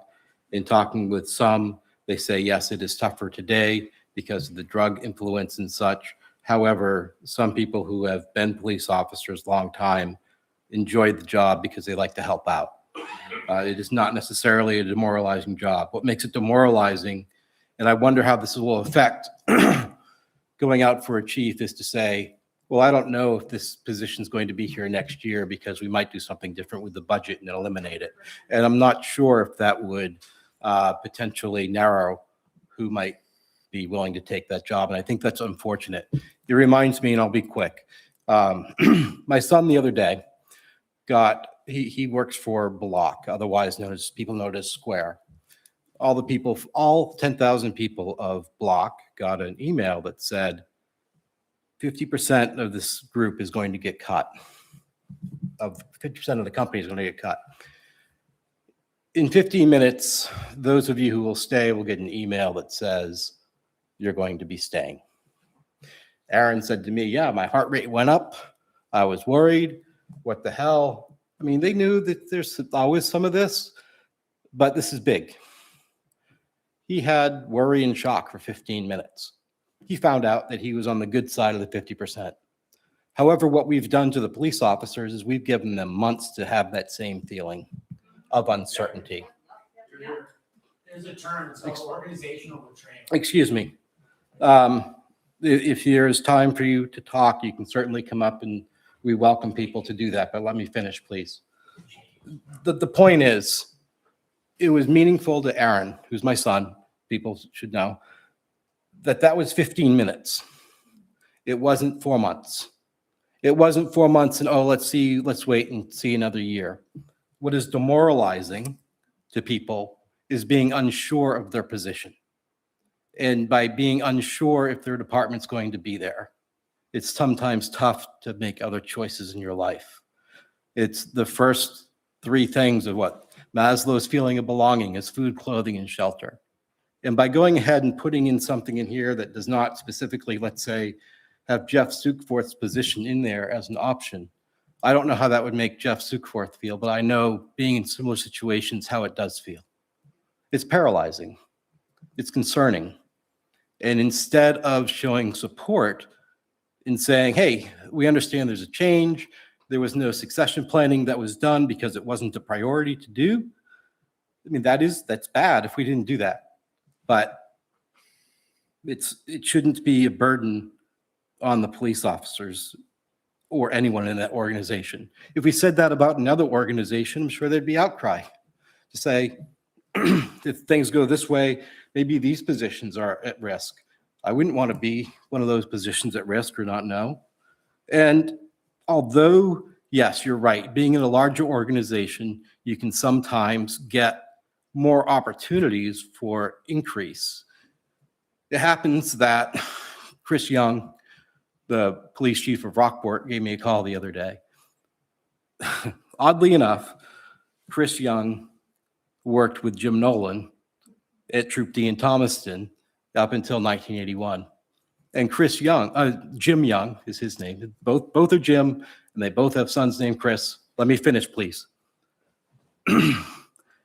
Jim Young was a patrolman his whole time, and he happily retired as a patrolman state trooper. Jim Nolan progressed to captain. Not everybody in the organizations doing the different jobs want to progress into an administrative role. And it is not always demoralizing for them to stay in close contact with the public. All of the shifts are chosen according to seniority, so there are some significant not issues, but Get into, Yeah, I think the back and forth isn't going to be productive. Ken, anything that you'd like to add? And we can open this up to the public if there's anyone. I think that The only other thing I wanted to add to make sure is, during the hiring process that we're going to do, are we going to establish a committee potentially like was done in Rockport? I think they had a police committee or a commission that would get together. Maybe there's a couple of members of the select board, maybe a couple of people, business people that are involved in selecting the new police chief.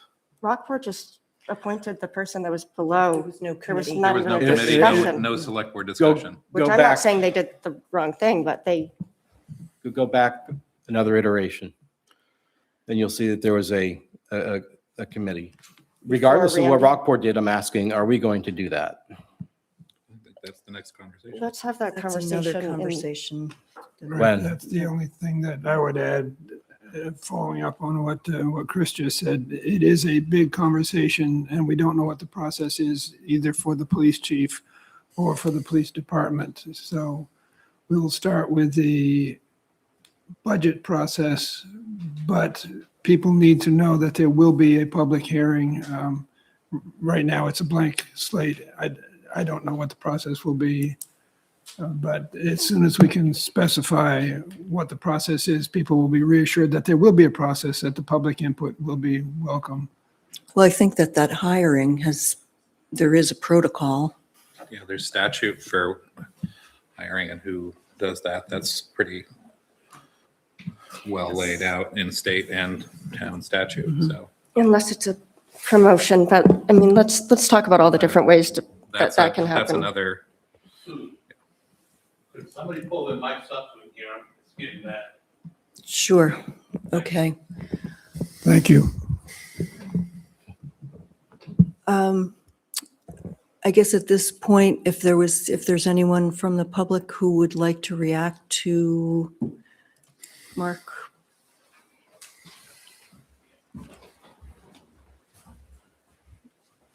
Hello, I'm Mark Ratner, resident of Camden, and I'm going to be wearing two hats for the next couple of moments. First hat, I am county supervisor. I represent, one of the areas I represent is the town of Camden. I want to make sure that everybody understands that the Sheriff's Department is a great service. It's a great organization. It works really well. I've spent a lot of time working with the sheriff. He's terrific. But I want to make sure that people understand that at no time did we volunteer or offer to take over the town. It wasn't part of our plan. It wasn't part of anything we were doing. It wasn't part of our budget. We were asked to supply the sheriff as a chief. And we actually had to go to our county lawyer and the town lawyer to make sure that that was legal because it had never been done before. One of the reasons I understand that was done is because Chief Gagne's resignation was so quick and there wasn't a lot of time. So it was a way to give the town time to do a search and make a proper situation.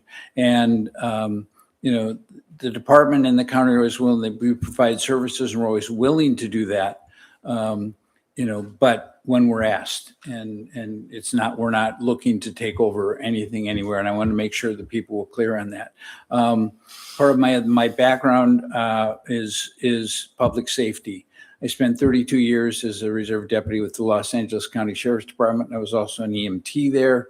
Right now, I'm a founding member of Coastal Mountain Search and Rescue, which is your local mountain rescue team. I served and I served some other issues here, but now I'm going to switch hats. And as a Camden resident and a person that served on the select board for 6 years, I thought we had an extraordinary police department. It served all the public really well. Met a lot of people in the department over the years, and I always thought they did a great job. One of the areas that I think is special is the service that was provided for special events, whether it was the Halloween service or Christmas by the Sea or any of those things. There was always great service. And I do believe personally that local is better. You know, now that we have a local search and rescue team, we know the territory, we can find people, we can save people better. I think local makes a big difference now that we have local fire people that are providing EMS services. I think you get better service from that.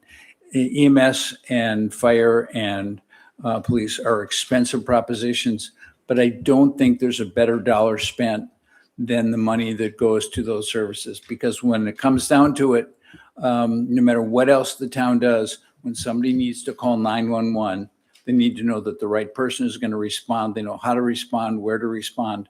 And that's really important. That's the most important thing we can do for the citizens. So I just want to make sure that my two hats, I think a local department is really important.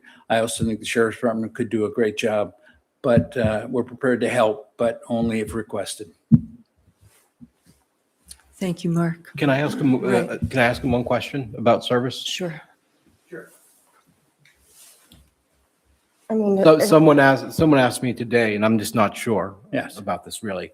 Would the Sheriff's Department also handle our local ordinances for the town of Camden, such as noise ordinances, curfew, and other ordinances that are local to the town of Camden? Oh, yes. And one of the things, if the Sheriff's Department was going to come, there was talk about having deputies specifically stationed in Camden that, you know, were responsible for Camden. Talk about sheriff's cars would have Camden on the cars so that they would know that they represented the town as well as the county. So absolutely, the law is the law, no matter where it's from. And they do that already. Thank you. Thank you, Mark. Ray? Ray Andresen, Camden resident and former Budget Committee member. And I just want to know which, one of the Budget Committee meetings will the police budget come up for discussion Next meeting. Thursday. this Thursday? Okay, thank you.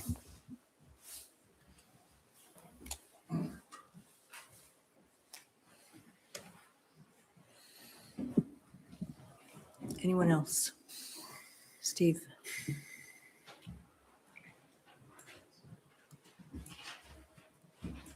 Yeah, Steve Mischison, Camden resident.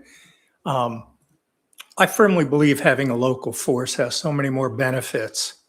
You know, we're talking, an option of sending more money to the county where we have very little control. Here right now, we have a local police force doing an excellent job, an excellent fire and EMS. And we're talking about putting these police officers in jeopardy. And I think it's really sad to think we're going to go through this in another year, that we can't put this to bed and say, hey, we support the police in this town. We want to, assure them that they have a job and that the residents have that comfort knowing that when they call, who's going to respond. And the local officers know this town. They know the people in the town. They know the events. They know what happens. And when we get inundated with summer tourists and fall tourists, I really hope we have a local police force because they know how to handle it. They've been through it. They know who to speak to, and they know how to deal with the issues that come up. Thank you.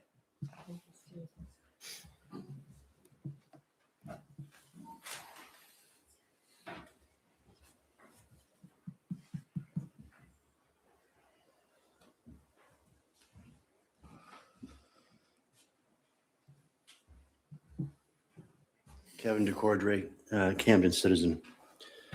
I'm curious to know what exactly what are you planning, Audra, as far as the interim chief position? Are we going to utilize our resources within the department? I understand there are 4 gentlemen that are quite senior. They've all had training, as I understand, for leadership. Is that correct? Not necessarily, but definitely a lot of training is. That's a yes or no. Have they or have they not? No, but definitely a lot of training to be police officers. I see. Yeah. So if and correct me if I'm wrong, but as I understand it, we do have the resources in place. Why would we not consider advancing someone even part-time, or not part-time, but just for the interim? I don't quite understand why we wouldn't do that. The resources there. Your thoughts? We already had that discussion. And some of this stuff, folks have to remember that a lot of this stuff, there's confidentiality around personnel matters, that there's stuff that we actually can't discuss. I'm well aware of that, Chris. So I come from a background with a lot of HR, but anyway. Well, I mean, we've had the discussion about the interim plan. That contract is in place. That contract is in place. Yes, with the county sheriffs until June. So you are going to move with that then? As an interim chief, that arrangement has been approved and signed, yes. There are numerous people that are highly qualified in our department, which was part of the paralysis that some would feel. It definitely takes more time to evaluate the needs of the department, the needs of what those people are. I just want to say personally, that was my feeling of like, oh gosh, who would it be? Right. So I think there is widespread recognition that we do have people in leadership positions in the police department that many of us care about personally, want to see succeed, have thought about seeing them in leadership positions. So there is absolutely no discounting of that, more feeling like, who would it be? So I'm also pretty certain a few of them will apply for the permanent chief's position. Within the department existing? Yes. That's good to hear. Yep. That's great to hear. Okay. Does a lot of this go through the HR folks in the town office as well? Are they're involved, I'm assuming? Yes. Okay. All right. Thank you. Thank you. You remember Julie Clement wanted to speak during the non-agenda items and we Mm-hmm. didn't let her. She She's would still like to. here. She's If she welcome wants to. to speak, she can. Good evening. I'm Lucia DeCordere. I am a resident. I'm actually wearing 3 hats here. I'm a resident as well as a business owner at 7 Timbercliff Drive. And from both of those perspectives, I can't imagine not having a proper local police department. And particularly with the speeds going up and down Route 1, et cetera, just those little local things that I can't imagine would be high up on the radar for the county, even if there is local presence. And secondly, I would just like to speak with my planning commission hat on, or planning committee hat on, not on behalf of the planning committee, but as just personally being on the planning board.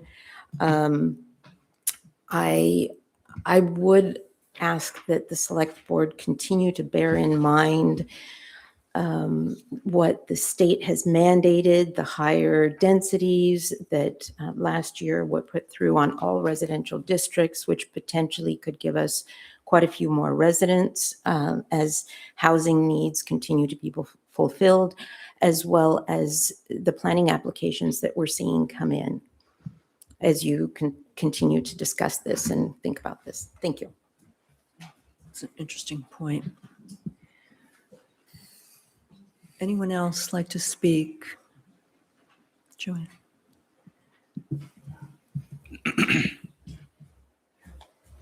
Hello, Jenny Simon. I'm a Camden resident, business owner, taxpayer. I had some more prepared comments, but some of the things have been addressed by the board. I really appreciate, Allison, you pointing out that we are not here to eliminate the police force. I agree with Mark, the local is better. It's also very comforting.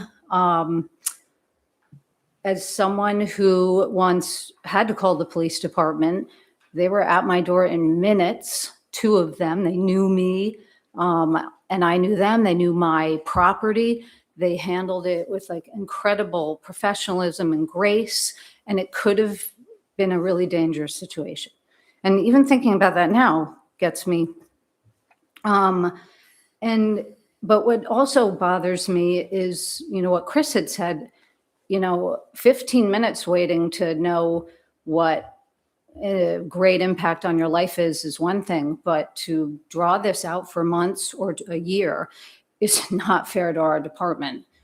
And so I would totally support a vote in June, because I think there would be an outrageous amount of people to come out and support our police force and let them know we care about you, we value you. I just can't imagine what it was like to be a police officer and read in the paper that we're looking at options and we're, batting around ideas for potentially, moving it to the county. And I think you did address some of my worries, but my initial worry when I saw this going around Facebook and when I read in the paper, thank you, Midcoast Villager, wow, what a false sense of privilege to think that Camden can do without a local police force. I think about my elderly neighbors who get local wellness checks, and that really helps them. And it helps me because I don't have to worry that no one's going to look in on them. I think about our roads, our public venues, our businesses, our many schools, both private and public. I don't want, if there's an emergency, for us to be waiting for a sheriff to come from a distance. Maybe there are folks here that don't experience or want to know about crime in Camden and incidents that involve weapons and drugs and alcohol, mental health, domestic violence. And more importantly, all the things that our local police force prevent that we never hear about. So I think, we should be prepared to promote from within at all times. And I agree with Allison, that takes thought when something happens unexpectedly and the police chief retires. But I can't believe there's not someone who couldn't serve on an interim basis until a solid decision is made. And when it gets to budgeting, I would, as a taxpayer, like to understand what is my real per capita cost as a taxpayer. What are we talking about? Are we talking about tens of dollars out of my pocket, $100, thousands? I really want to know, because I think when people see what it is, they're going to say, no, they're worth it. There's a real value to it. People live here, we visit here, move here, invest here, and remain here because of our small town community values. And having a vibrant local police department is an integral part of that. And it's one of the reasons why I chose to move to Camden. So thank you. Thank you, Jenny.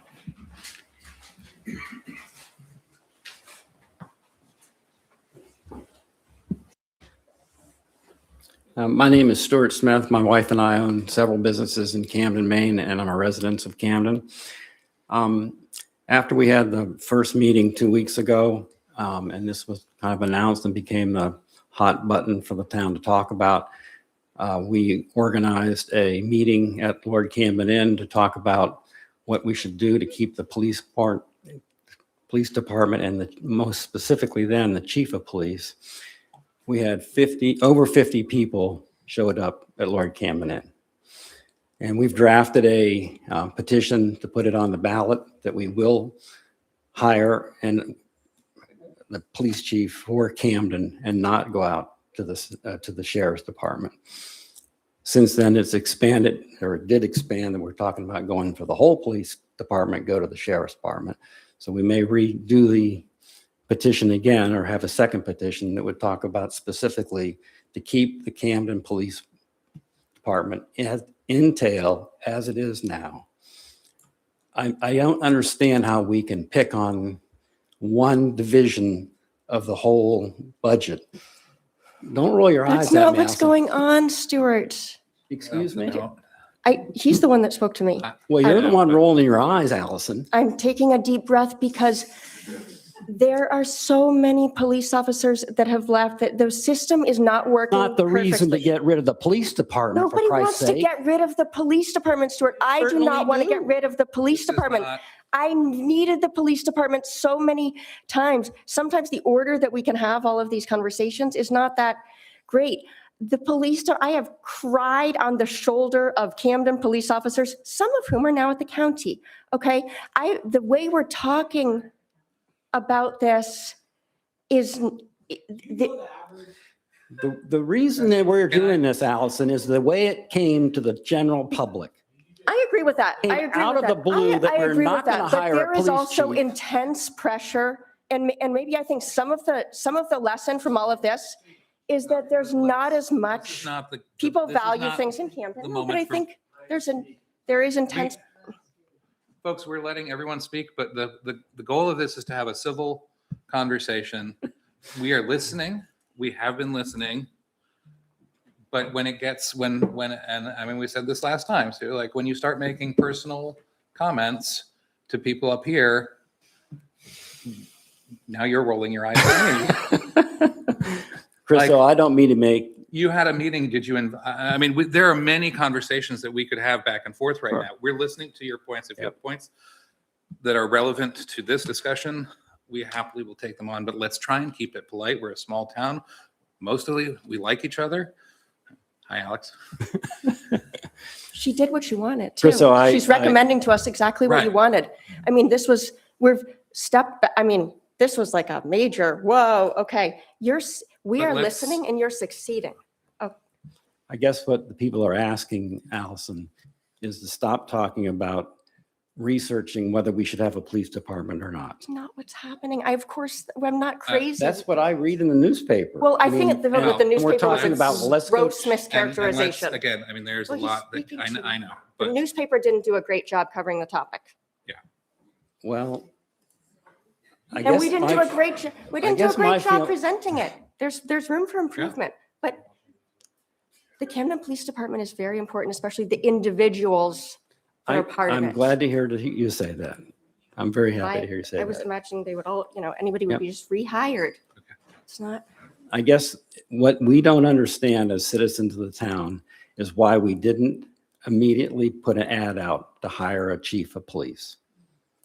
That's a pretty basic thing to do.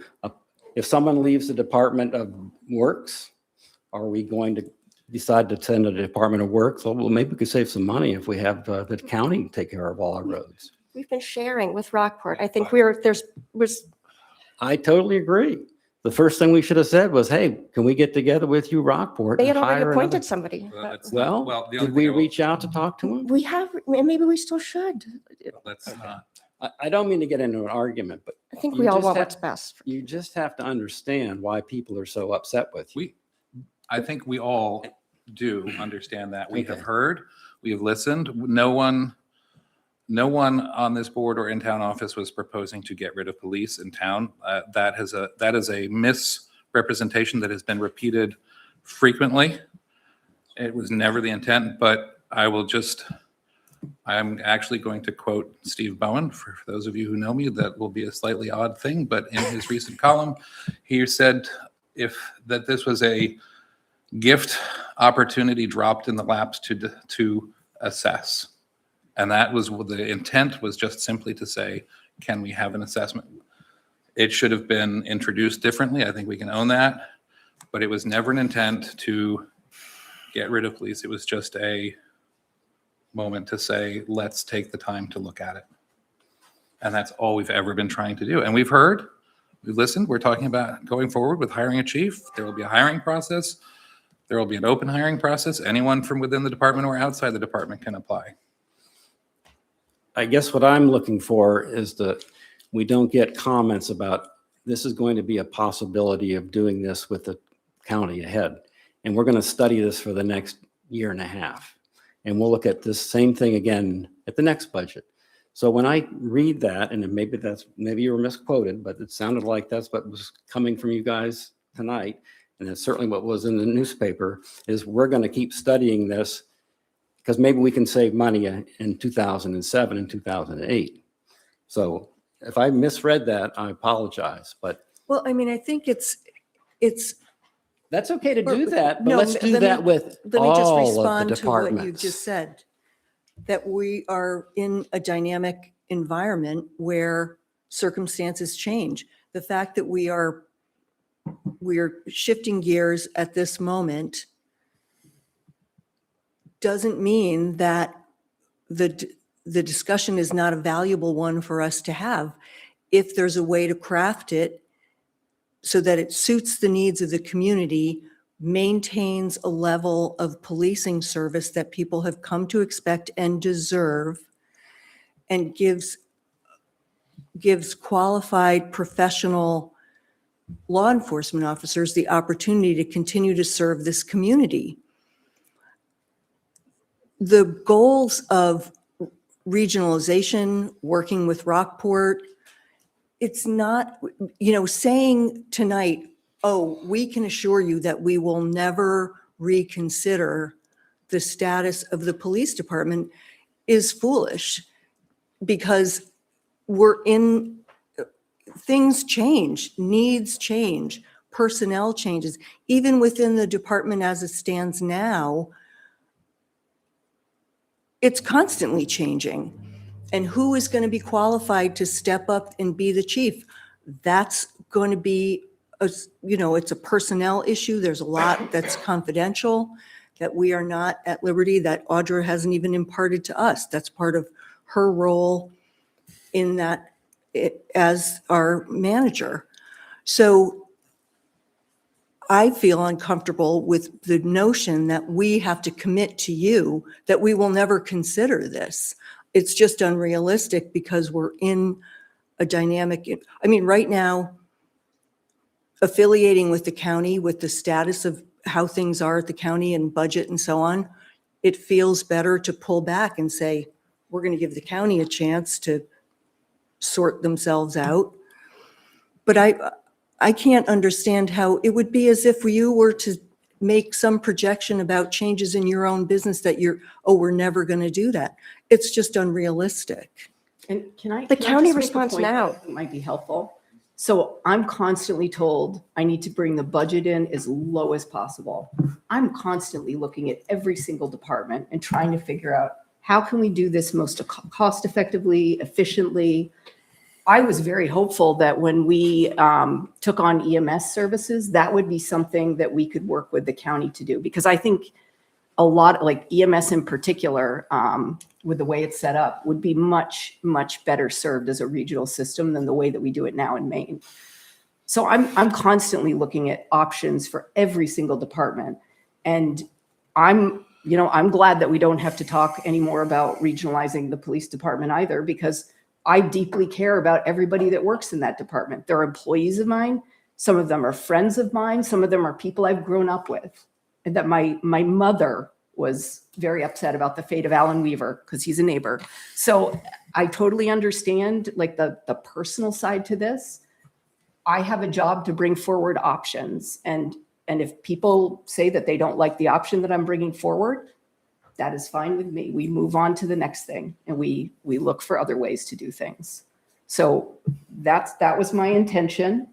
And, I understand it's stressful for the police officers to go through this. Quite frankly, all of my staff get very stressed out during the budget process because they know that when people ask to cut the budget, it means cutting services, which means cutting people. So there's always this level of anxiety and stress amongst everybody during budget season. Believe me, I understand that 100%. Can we see if there's anyone else? Thank you. And then, Stuart. I'll just say one thing, the county is looking to help with EMS. We're working on that. Thank you, Mark.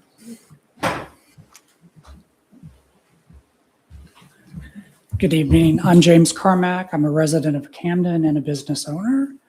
And I don't think there's anything that I can repeat as far as the emotional attachment that I share with many of the people here about the Camden Police Department.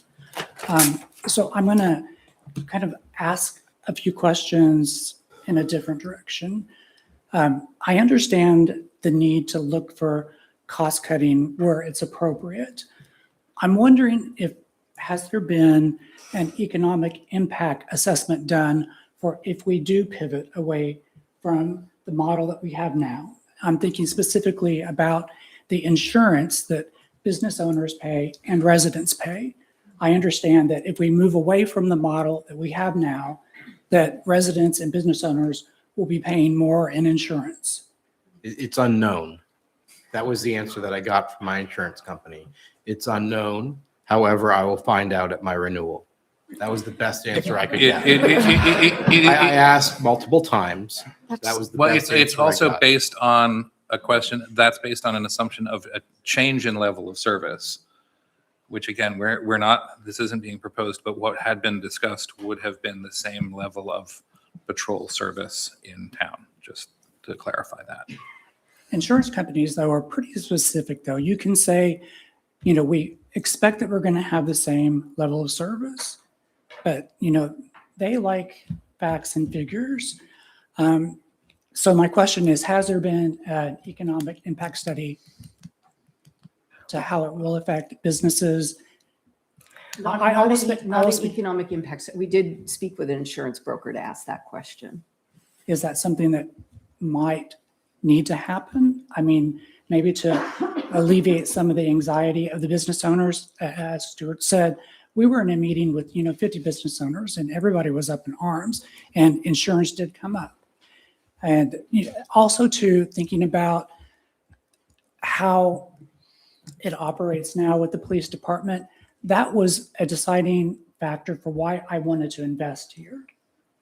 There are other communities where it's more decentralized. I wouldn't, as a business owner looking to invest, I would choose to have my business in a community where the services were right at hand and not decentralized. And that's what I would like to say. Thank you. Okay. Thank you. John.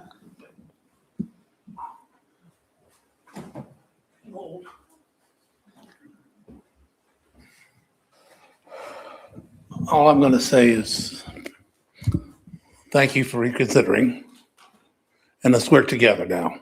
We've got a lot of folks that are very interested in the police department, and we all know that now.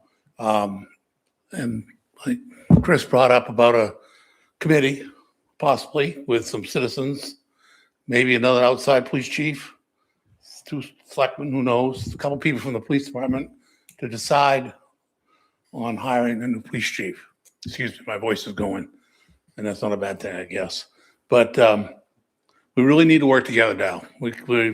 Everybody's just been so hateful that it's time to stop and start working forward. Let's get this done. We've got a timeline on when you're going to do. I know you're probably going to look at the job description. Usually that happens right with a new, and I don't know if you've done that yet. And then you've got to put it out and decide on a salary range, a whole 9 yards, and what you're looking for. So we need to move forward. We need to make a timeline. Let's get this going. Right now, it looks like June 15th, the date you got somebody in place. So they give you 3 months to, and that's going to be some hard work to find somebody, because you got to put it out there for at least, what, 45 days or something, 30 days, 2 weeks, that's all now? Okay.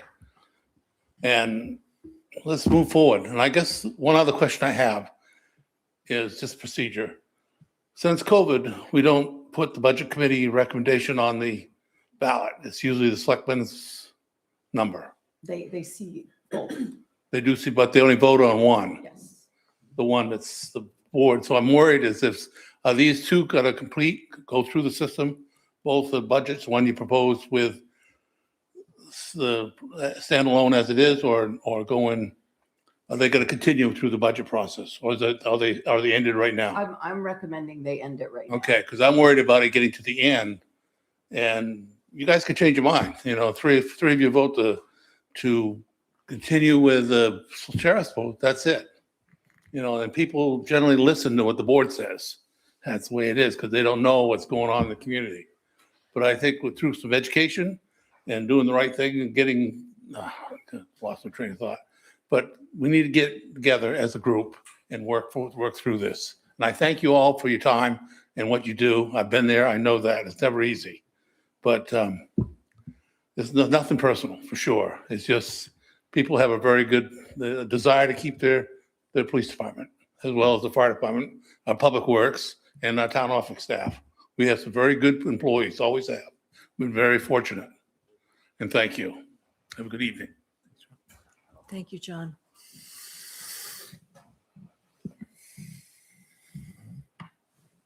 Anyone else? I'll turn it back to the board. Just one quick comment, because you said you would bring up the March 10th meeting and why we're not doing it. Can I just say something before we go on to that? With in terms of the idea of, you know, the committee for the police chief, I think there could be value in that, but I think it was nice to hear your tone, John. Thank you. I do think that what this has shown is that there's a lot of energy about talking about the police department and about what people like about the police department. So I've heard a lot of people say what they really like, and it's, for a lot of people, it's the ability to talk to a police officer downtown came up a lot. Spencer came up a lot. I don't know if it's just because Spencer's lucky enough to be downtown doing a difficult job, but so I think as we hire a police chief or think about who can lead the department, it would be really important to hear more from Camden residents about what they like about things now, what they want to reinforce, what could be better, so that whoever is doing the job is somebody that, you know, embraces those same things.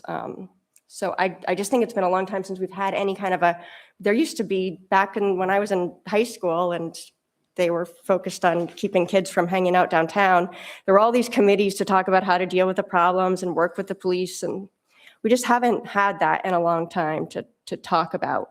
And so if we were going to do a committee, I'd like to do more of a general discussion about, like, you know, what policing, community policing, whatever the right word is, what people want to see more of or less of, and you know, that helps And us I think plan. we also had talked about crafting a survey, because there Right. are people who won't come out to a meeting, but to have something that would be accessible on the website or that would go to every box holder in Camden or address or whatever, so that we could really get a sense about level of service, what your expectations are, what works and what doesn't work.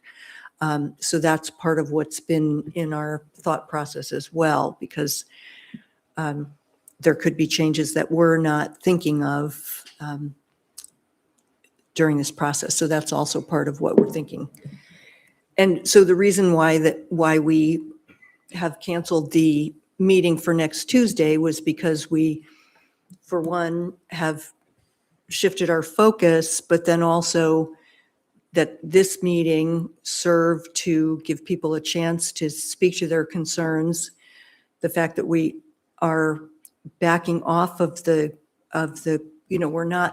we're not entertaining side-by-side options, which was really what that meeting was going to be about, and what the budget implications would be of going down that road of shifting to the sheriff's department. And now that we are no longer considering that, we've opened this meeting up for people to express their concerns, and just felt that this was the opportunity to do that. Also, we never really had a discussion about that March 10th time. It was like one idea thrown out in an email that we never even, And it will be, other items around this will be discussed in the budget process. So that's where it naturally would be. Yes. Does that answer your question? I just have two brief things, if you don't mind. Okay, let's be quick because it's. Yes, I, as you say, let's be quick for me when I begin to speak. I understand that. That is what you said, right? Let's be quick, Chris. You've had a fair Had a time. good Excuse bit of me, time, so excuse me. I'd like to keep it quick. As well as I. The point that I have goes back to what's being thought of out there in the town, and maybe our communication plan around anything that was evidently being suggested. The certainty that I got is represented from an email that I received yesterday, and it's brief, from a reporter with News Center Maine. It says, I'm doing a story on Camden's consideration of potential changes to the police department and the evaluation process the town is using to determine next steps. I'd love to speak to you tomorrow, which would be today, to hear your perspectives as a select board member on the town's priorities, the decision-making process, and what residents can expect. Period. I did not respond to him because there are many of those elements that I'm really not sure of either. But however, well, again, we heard tonight, like what we heard about during the 3-2 vote night, is that we've heard a lot from people in town in support of our police department. We have not heard from those who are not in support of the police department. As a result, I just do not understand why we have to be less certain about our drive to go forward with our current police department, why we have to have it as an option. And I understand that in the budget meeting, it was presented as a 4% increase into the town's budget, roughly, if we remove the police department. However, if we keep the police department, it's a 14% or 13.8% increase to the budget as being proposed. And that's really not what we meant when Ken and I said, let's hold it at 2.8%. I think all departments should be held at 2.8%. If there was a thing for the Camden Police Department that it's no longer there, then we come in under budget. But Can I just say, Chris, the only way to achieve that would be cutting a lot more positions than what was proposed. We'd have to cut a lot of people to do that, a lot of people I think across there's- the organization. But there's more, I haven't done the math yet, but I understand there's more in our budget than It's people. there's more in our budget than just salaries, that there are other There are other pieces and things, but they're projects not that are in there. cuttable things to make a town run. So I just want to be clear about that because you're giving me conflicting messages by saying, bringing it at 2.8%, but don't do anything to change anything that's going to involve people. We are a service delivery organization. The majority of our budget are wages and benefits. The only way to significantly cut the budget is to cut a lot of people. Or to That's the completely reality. neglect major infrastructure. Right, or not ever pave roads, not ever fix pipes. Get rid of the snowball. That's not Or popular either. the Opera House. Or the Opera House. I mean, each one of these things is really. Yeah, and I will just say that yes, last meeting and this meeting, a lot of people came and spoke up in favor of keeping the police. And none of us are talking about getting, but I have heard from a lot of people who didn't want to come because of the tenor of the conversation at the last meeting, who didn't want to speak up, who did ask questions about the numbers. Why do we have, is this the right number of people for the town? So there are people who are asking questions. It's not just a universal, the whole town is good with what we have. And I don't want to make that assumption. As we know, people speak up and they complain when they have something directly impacting them. And others are watching it, but not being as vocal. So I don't think there is a universal sense that continuing exactly as things are is the path. Well, and I also would reject the characterization of saying that we are opposed to the police by Correct. talking about a restructuring. That is, obviously that is not what anybody's interested in seeing. Anyway. Okay. Lupin Lupin Terrace. Terrace. Lupin Terrace. Lupin Terrace. We want to give everybody a moment to stretch their Gonna say, legs could we and move take a on if they. 2-minute pause Yeah, just I to would. stand up? Yeah. Gonna run to Yeah, the let's just bathroom. take a real quick. Is that 2-minute okay? pause. Okay. I will make it very quick, Susan. I Thank you. saw that expression Oh, on your no, face. that wasn't me.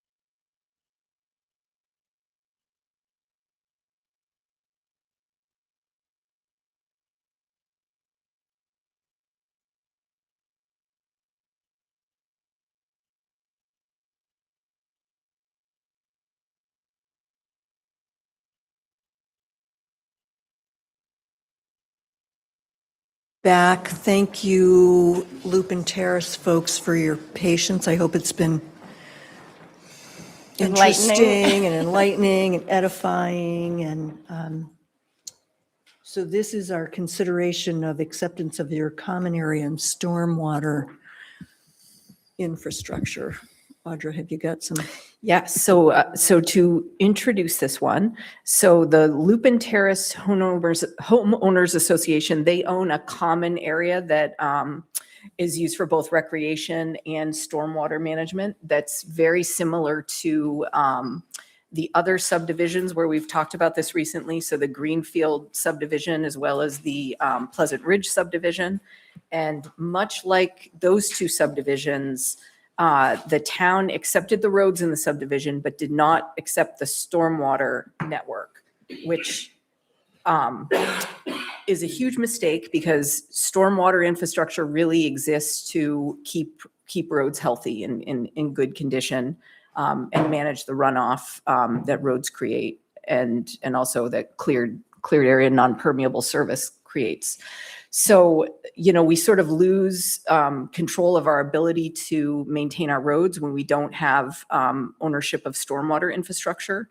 And like pretty much every single homeowners association in town, in the state of Maine, probably in the country, when these HOAs end up with these pretty complicated and expensive to maintain stormwater systems, they can quickly fall into disrepair. And that's happened in all the ones that we have in town, and Lupin Terrace is no different.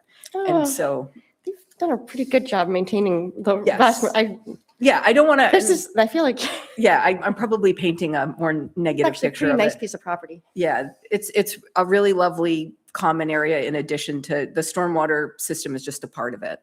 And given some of the, the issues with the stormwater system and the difficulty that the HOA is having maintaining it, and how they're not eligible for some of the resources that towns can avail themselves of when it comes to this sort of infrastructure, we're able to apply for grants that they're not able to apply for. And, there's just a level of expertise in dealing with these systems that can prevent sort of the costly maintenance down the road that, a group of homeowners traditionally doesn't have, much like with Greenfield and Pleasant Ridge. The HOA Homeowners Association is asking if the town will take over ownership of that system. And we're recommending that the town agrees to move, or the select board agrees to put this on the ballot for voters to consider, because of, all of those issues and how it's going to serve the community as a whole better if the town owns that infrastructure into the future and is able to maintain it along with, other stormwater infrastructure, and also provide the town with access to a lovely common area. Yes, Allison. So I would just add that this one is about 3 acres and it has a very nice stream going through it. There is already somewhat of a walking path along some of that stream where people do walk. It's immediately adjacent to the other property that the town voted to acquire, which is that Cobb Hill connector where people walk between Cobb Hill subdivision and Ames Terrace. And so it connects to all of that. A number of the property owners along that whole stream corridor have noticed a really big increase in the amount of water that rushes through that stream. And so it's actually a stream that, since it's cold enough, it supports brook trout and has some ecological value that way. But one of the things too, when the town accepts the responsibility of the roads and all of that, and then doesn't accept the common area, the residents miss out on that asset. So they end up, it's like what happened to us on Sherman's Point Road a little bit, for instance, where you take over the road, or Norumbega Drive, where you take over the road and then the residents all of the whole town end up having to take care of that road without gaining access to that little like natural area. And so I think that it's not just taking on a liability here. This is actually like reclaiming public access, although I would imagine it's going to be, there's not going to be droves of people that are looking to be able to walk that back there, but it does help people to be able to monitor the water quality and all of those things there. And if in the future we're able to get grants for this, there's also some avoidance of having to walk on Cobb Road, like the people that are in that subdivision, to be able to connect down through the stream and then to that little connector and have that as a pedestrian way, which allows people to be walking and getting places without, going on the busy roads. So, and this is a very attractive opportunity for grant funding, because one of the things with the erosion that is happening there, that is, when it rains, the whole McGonagall River is turning very brown right at Rawson Ave. And that's because, in large part, because of accelerated erosion from just one of the outfalls there. And so because that stream has been identified as native brook trout habitat and of high ecological value, and it's connected to a river that we've already gotten a lot of grant funding for, if the town owns it, we can roll that into the larger project with supporting grants. If it continues to be private property that the public doesn't have access to and is not officially protected from development, then we're not eligible for grants there. So that would be the other part of it, is that we would have to commit as a town to the same thing that the subdivision had to commit to, which was to keep that all natural space, no building or anything like that. But I think it's So if we were not, if we didn't get grant funding, it's my understanding that there's some deferred issues there that we would have to take on, that we shouldn't let it continue. I mean, that the benefit of us taking it would mean being able to stop the Further heavy erosion. Yeah. So presumably we'd have to jump on that pretty quickly. What's as far as grants go, the timing for that? I mean, it seems like there'd be some desire to move pretty quickly to start to mitigate what's happening there. Yes. Yeah. And what's the best way forward with that? Well, Are there grants are quick certain. enough, or- there's not an emergency. Yeah. It's not an emergency. Yeah, it's not an emergent. It's definitely something we don't want to let go for 5-10 years. And we do have, now that we have an in-house engineer and we've got, a public works department that's like a construction department. They do all of that sort of work. We do have a whole level of capacity that we never would have had to take on this infrastructure and maintain it. And if we, all we're talking about right now, regardless, is just putting it on the warrant. We're not, but if the HOA continues to own it and continues to neglect it, we are still going to be liable for, we're going to have to, well, there will be expenses of cleaning, of dealing with it down the road if they, if it doesn't get, if they don't have the capacity to make improvements. Right, we'll We're have to still, we're require still that going to they be do paying, it. we're still going to be paying for stuff down the road. Yeah, and probably more. I mean, when and the it's an town was emergency. really heavily involved. That, it's the Camden area of affordable housing, or CAHO, whatever it was called then. But it wasn't just a private subdivision. It was something that the whole town got together and worked on this whole project. And we all know that there are things that didn't go perfectly, but we're certainly glad with some of the people living there. So that's been good. But it's not there was an oversight in one area, or you could say it's also been caused by just more extreme rain events. So we sort of have, my feeling with this one has been like the town made a commitment, worked with this whole project, and now does have some stewardship responsibility. A lot of the homes in there were meant to be affordable too, and just sticking a bunch of people with and maintain that green space. But Right. since what we're talking about is Yeah. So there are a few members of the public who might want to chime in. I think Jeff. Jeff Scott, 21 Ames Terrace. So I'm very near this, and this creek goes in my backyard, and Anita is here too. We've watched the colors change all the time through the seasons, and I just want to verify everything that Allison has said is very true. We can see it, and the town has been searching for a solution here. It's part of the reason they redid the culvert on the Cobb Road connector thing under the sewer line there. That was a big project a couple years ago, and it's slowly working its way up. And it's on the radar of the Watershed Association as well. They want to do a streamside survey of McGonagall River. And so they're aware of it. There's the issue. So it's an ongoing issue. And I think my only hesitation about bringing this forward on this warrant is that there's already the Greenfield question on the warrant.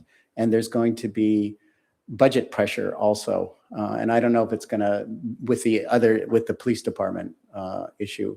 So I don't know if it's better to push this off a year and aim for next year's warrant or not. That's the only thing that I'm wondering in the back of my mind, so that there aren't two properties that the town is considering. The flip side of that, you've already heard it, which is the erosion is happening. The sooner the town acquires it, the sooner we can start pursuing grants. And, it takes 2 or 3 years between the application process to get the award, to get the engineering. It takes a long time. And Jeremy's going to explain that. Well, the Down East Salmon Federation No. did already sponsor a grant application that they submitted. Yeah. Because they identified it as a high value habitat that could be supportive of the larger river project. They presented it to the Maine Natural Resource Conservation Program, and it was viewed very positively, but there was uncertainty about ownership. And so they were very positive about presenting it next year when that was all. Yeah, I mean, to me, it's also like we're looking at this as part of all of the stormwater properties that. Right, it should just be bundled together. And So doing it cohesively as one whole thing of taking these. I know that Ken had a question, I think, but. Oh, yes. Well, my concern is it seems that one subdivision after another comes to us with an expensive solution.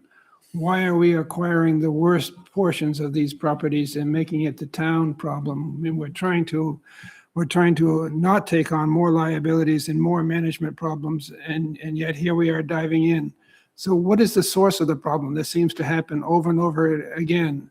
Is this a planning problem? Is this a planning board problem? Is this built into every subdivision in town? Are we going to be expected to take on? yeah, yes, and yes. Jeremy, I want reassurances. Older, the way we used to That do this it. is I not think it's the way built we into used to the do it. process. The way we You have those reassurances, Ken. For future ones, for sure. I mean, this is definitely, like Audra said, this is a problem across the state with all of these subdivisions that were built out 70s, 80s, and 90s. It's a problem, and even in the 2000s. And it's big towns and small towns. All this stormwater infrastructure gets left behind and forgotten. Like Audra said too, same with Pleasant Ridge. When we acquired that one, all of the infrastructure, all of the drainage in these subdivisions are draining into these areas. We took ownership of the roads, and we left the subdivision owners with the responsibility for where that water drains. It's not right, and it doesn't bode well for water quality over time at all. If we would have subdivisions moving forward in town that are actually seeking the town to take the public roads, we would definitely require, the planning board would, and I would advise them that they really need to make the entire system become public and taken by the town, and the developer would pay in escrow a certain dollar amount over time for the first, to allow maintenance for the certain number of years. That's how I envision it, and that's how towns are trying to handle this now. So I don't think ever we would jump and fall into this problem again, Ken. I can think these are the last two that I'm really aware of that are problematic and in this type of situation, are Greenfield and this one. And I think it's the smart and appropriate thing to do, especially if you're thinking about water quality. And I think everyone in town values the water quality of all of our resources. Well, you mentioned putting some money into escrow from the homeowners association. That is putting the responsibility on the people where it belongs, on the developer and on the homeowners. Well, it's really putting it on the developer, because the developer's got to build that road before they generally sell homes for us to accept the street, right?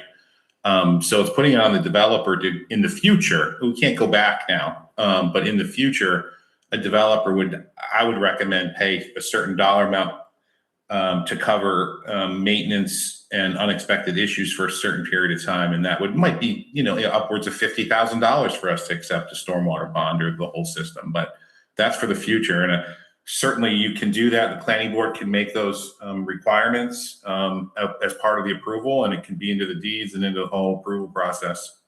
So I got It's the only way to go. These are becoming what's called orphan stormwater ponds, and they fail and they don't do what they're designed to do. And this one is pretty unique in its proximity to the other streams that Allison and Jeff Scott just talked about, and the resource that it drains to. Yeah, and I guess if there wasn't, if this was something that we could look at in isolation and not as something that had an impact on our infrastructure as well as, just all the resources, water resources, It's then something we should walk away from, except for those factors, yeah. right. The community impact. It's also our road. So when you think about it in the sense of like the stormwater. Our infrastructure sediment that gets is- into those stormwater ponds through the catch basins that we put down, our sand that we put down and all that through maintaining roads over time. I think that Allison, that might have been where you're going. Right, it's kind our of. sediment, it's our water. We may need to, as we're adding more water to those systems, we've improved drainage on Thomas Street and all kinds of other things. So it was developed cohesively, and it was irresponsible for us to accept a portion of it and then try to make a homeowners association. And also it's not like a developer made a bunch of Right. money here, or we know there were some problems, but the whole point was for the town in a sense was one of the developers in this case. If the future solution is to put more of the cost on the developer and the homeowners association, how much of that cost can we expect from the homeowners association? Is there any increment or part of this? I think that's really challenging from the perspective of it being an affordable housing project from the get-go, to put significant costs onto families and people that bought into an affordable housing project because it was affordable and it was encouraged. And again, the town was in ways partly the developer, is a tough one. Most of it has been very well maintained. And there is a report that was done as part of the last round of National Fish and Wildlife funding that identifies the problems and the opportunities. It says that their stormwater pond is functioning normally and well. The other outfall is good. So there aren't. It's not a case of complete neglect, and it's also a much larger parcel than just this one problematic area. I can say, if you're interested, we can actually, I think the report is on the town website already. It is quite a nice piece of land. It really is, because my worry too would be in the future as this area becomes like really sought after and the price of homes go up and up and up. There may be a time when people would say, oh, well, we don't want the public walking along that stream at all. And that right now it's this compromise we can have, or this partnership with the homeowners association, like, hey, we're going to try to help make this stream in this area a little better the public's going to secure access to that stream forever. And there's a, you know, a win-win. So you're saying, Anita Brosius Scott, sorry. Yes, the stream does come down through our property actually, and it turns very brown at heavy rainfalls. So I think an eyes wide open situation here would be, you said that that's a lovely 2-acre potential park or something. So who's mowing it now? The pond isn't the whole property, I would think. I don't know. It's close to me, but I don't know who owns what or who takes care of it. My But understanding is that they do the mowing now, and that if there's been desire for them to be able to continue doing some of the mowing. that needs to be clarified if we take ownership. Right. That who's going to be mowing it? We don't need to do, the thing is, the town would just let it be like all of its other properties where you only mow around the stop signs and anywhere where there's a line of sight issue. We're kind of getting into. Right, but we wouldn't be No, taking but on the I know there's a responsibility of financial, mowing. But also, I mean, Chris had a So question, but that could be an expense that the town would be taking on that we didn't realize when you're doing this, right? But And we then the don't. other question is, how is this going to be followed through so that it doesn't fall through the cracks like Greenfields did? So we're not back here in 20 years being like, oh, we forgot to actually do that it. in terms of true ownership and, you know, following it through to the end result of ownership and that sort of thing. I think a pathway is Courtney's great. going to be in charge of that. A pathway along the creek, great. So I think that's all good. I just want to make sure you're aware of those issues that can happen without you realizing it. So could you remind me where Greenfield is at? Because as I recall, we have not taken any action on Greenfield. No, and it'll be the same on this too. So this is just to, Warrant have discussions about them before they pop up on the warrant, and it's a surprise. And the first time you talk about it is when they're on the warrant. I have like 3 questions. And as far as familiarity with the area, it was literally my backyard when I grew up in Camden on Cobb Hill. So I'm a little familiar with it. The questions I have, though, probably represent a little bit different areas. Because I have a concern that this sounds a lot like what happened with the Montessori school, where we have a open-ended question in here about taking on the obligation long-term as the owner, as owners should take on the obligation.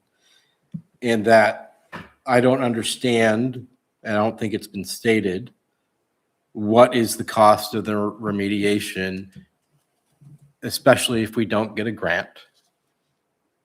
That's one thing, is what's the cost. I heard, and I don't understand, to what extent was the town the developer? I thought this was my neighbor's thing that he went ahead and developed for affordable housing years ago. Maybe you remember. I was that. on that committee for quite a while, and it was, the committee was charged with drafting covenants, working on the financing.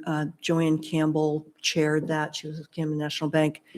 And so it was the initial structure of the covenants and the purchase and sale agreements. Not the were- engineering design. No, I think that that was Gartley and Dorsey. Gartley and Dorsey and So yeah, no. why are we not going after Gartley and Dorsey? Cahill was established by the select board. Yeah. I wasn't here, obviously. What was established? I missed the first Camden one. Affordable Housing, Okay. CAHO, they call it. Cahill, the developer, the developer that sold the lots, was a committee that was established by the select board. I was trying to look quickly for the Yeah, and date on that. the town received a community development block grant, and only municipalities can receive those and then pass them through to organizations such as CAHO to do projects like this. So that was another point of involvement for the town. This might be slightly off topic, so forgive me, Jeremy, on this one.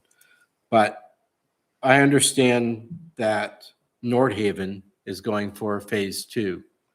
What have we done differently with the Nordhaven development so that it doesn't also create a problem down the road? You had Sure, mentioned that that's with a- new that- projects, we're doing things. Sure. That's a good question, Chris. Nordhaven is different in that they have a DEP stormwater permit, or for this new project, they needed to get a DEP stormwater permit, number one. Number two, they don't have there's no infrastructure that the town is taking, right? We're not accepting the roads, we're not accepting the ditches.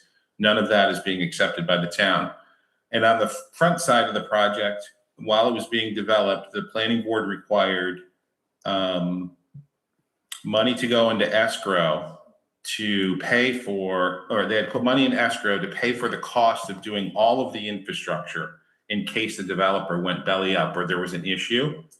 That money went into escrow being held, and then the planning board required inspections, third-party inspections throughout while they were building the project out. The developer had to pay for those. And then on top of that, the owners and the developer are required, because the developer is maintaining some of the adjacent land and some of the lots or the units, is required to submit stormwater management maintenance reports to our office. I don't remember the time frame. I think it was every 5 years to us. They're going to have to do the same thing to the DEP now because they have a stormwater permit. So we're going to be much more on top of it.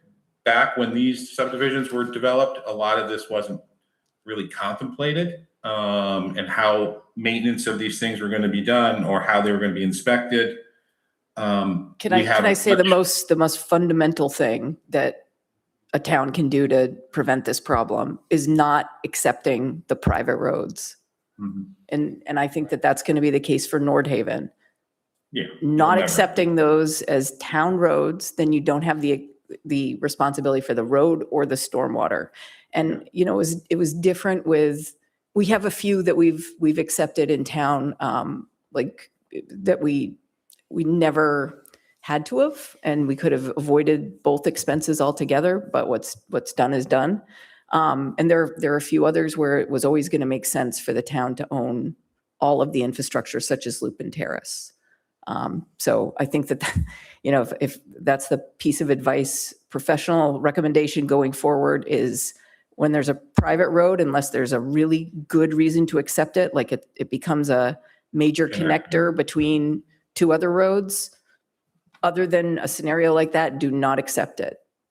Just make it the responsibility of the developer and the folks who buy lots on it or homes on it. And then stay on top of the requirement to provide maintenance reports so that the town can, because that water goes somewhere, right? That gets into our resource at some point, to make sure that it is always maintained in such a fashion that we don't have any issues downstream. And that's for quality and quantity issues of stormwater. So in this, as not necessarily just a hypothetical question, but if people on Claybrook Road, which are just down the hill from the Nordhaven development, now experienced elevated radon levels in their water compared to what they did prior to the development, is there any repercussion that's allowed for people like that when a development happens? Oh, because of Nordhaven? The separate question, and maybe it's not relevant. Yeah, I don't think that question is relevant to this conversation, Chris. I could dive into that for you. If you I could, have that never would be heard good. of that. I've never heard of that type of issue happening. Happy to look into it for you. Yeah, that would, if I could make a special request. We should have a whole conversation about Nordhaven. That's a actually, different, but- that's, yeah. I Yeah, think I didn't mean to sidetrack it, but when we were talking about new projects and how they're handled, that's really where. I will take the want bait those on to stay. Nordhaven any day. Okay, I think, are we ready to have a, I mean, what we're doing is recommending this to go on the warrant to accept. right, Actually, it's a discussion. It's just a discussion item, so it's our chance to be like, Yeah. no way, don't even show it to us. so we need to just see a warrant article. Right, but we're That's the not, we're next telling time them, it'll come no, Move no, that we forward to don't. see a warrant article. But they shouldn't waste their time with it if the whole select board It's plans like, to oh my vote God, no. I would be more inclined to vote yes if I knew what the extent of the cost would be. Well, I think The that's extent of the liability that the town is taking on. I cannot figure that there's going to be a grant. We got to go without a grant to see what the ultimate cost of the town maintaining it is. I think that's fair, like the premise of making a People should decision. know. I think Yeah. And that's in the, Courtney, cost, I didn't- didn't you guys find had gotten a, just a preliminary. We did, yeah. So. but that just, sorry, Go ahead, just, no, you're good. that language is in the of to acquire Lupin Terrace Common with a full and transparent discussion of risk, costs, and funding opportunity. I mean, I think that would be that part of that. So Yeah, so I think we'd give you a report that looks at all of this stuff. And we'll provide that to you with plenty of time. Well, I mean, let's not overpromise what the town can really. Well, We can't, I We mean, can we're asking vote. for a report. Who's going to do well, that? I'm just Well, reporting back. I didn't mean a report. We've got I a meant lot of like work to do. Reporting back to you on these issues. Thank you. Yeah, Courtney had. When we had first heard about what was kind of happening, because we had no idea, when we took over the subdivision, we definitely knew about, there's two outlets. So there's one that comes down kind of under the road where it gets everything from Cobb Road that goes behind some of the houses that are in my cul-de-sac on Glenfield, come down under and are more in these like big, the black culvert things. And that one's great. They engineered it very well. The other one that's creating the problem is this outlet, and I don't know why they constructed it in the way that they did. Maybe because it wasn't like in between two homes, it was more behind. So we did have I contacted somebody from Landmark and Gartley, because Gartley and Dorsey did the original engineering, and he came out and looked at it and was just in shock at what had happened, and had given us, I was looking actually through my phone because I thought I had that. I can contact him too to see if he has that correspondence, but I don't have it anymore. I can't find it. It could be archived somewhere. But it wasn't, there were some things that we could have done to kind of stop it from happening, but it would have also not just the products alone to get it in, the rock and riprap, whatever that had to be done, some hay bales and stakes, but also the way it was designed and engineered. It's going to be really difficult, or it would be difficult for us because we don't have the expertise to get down there, but it's not designed as a very user-friendly space to access. It's steep. Yeah, wicked steep.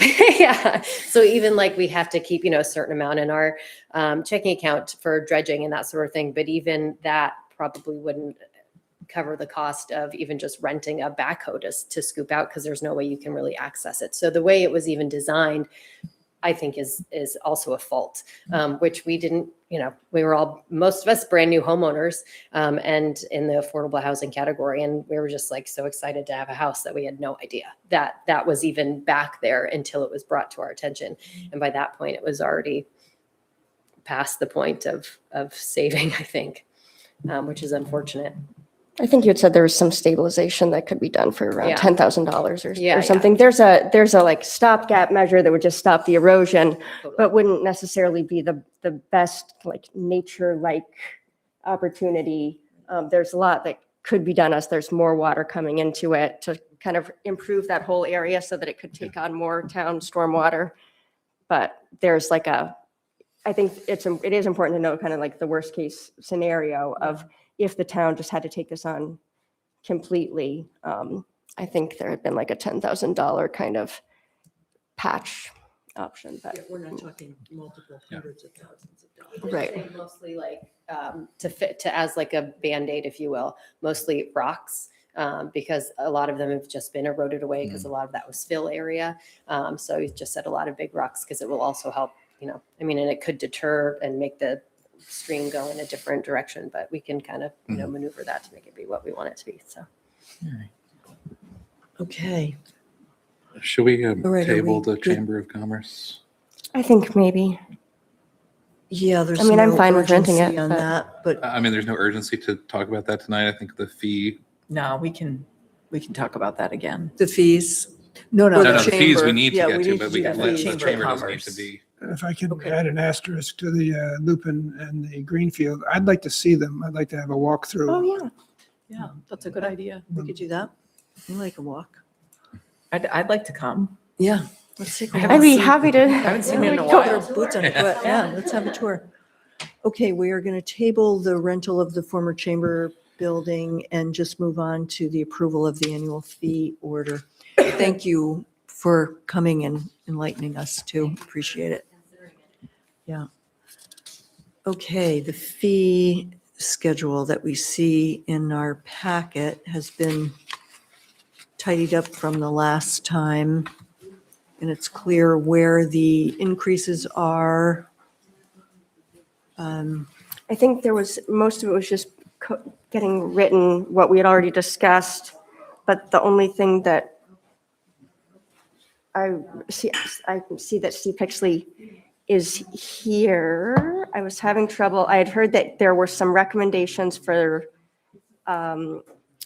maybe an increase in transient dockage fees Which for, is there. is that, why am I not? Yeah, it's why- hard to, wait. Somebody pointed it out to me. Yeah. Is Steve's recommendation now in here, or is that something that he's going to have to verbally explain to us?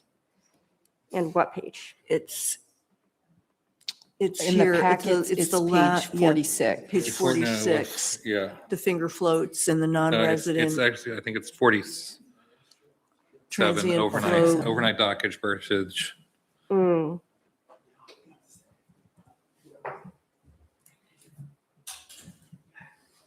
And are these the proposed numbers? Is this document for the harbor part just the same as it was before, or has it been updated with anything? As far as I know, it's pretty much the same as it was before. with Okay, what, we the have Harbor like- what came from Harbor Committee. Okay. No, but- no, with A little the, hard to track. with it. the, because, Harbor Committee, it's the 7%. Okay. Yeah. And then there had been some discussion that, Steve, do you have any Comments? comments? I think there was Uh, a recommendation about increasing at least one category.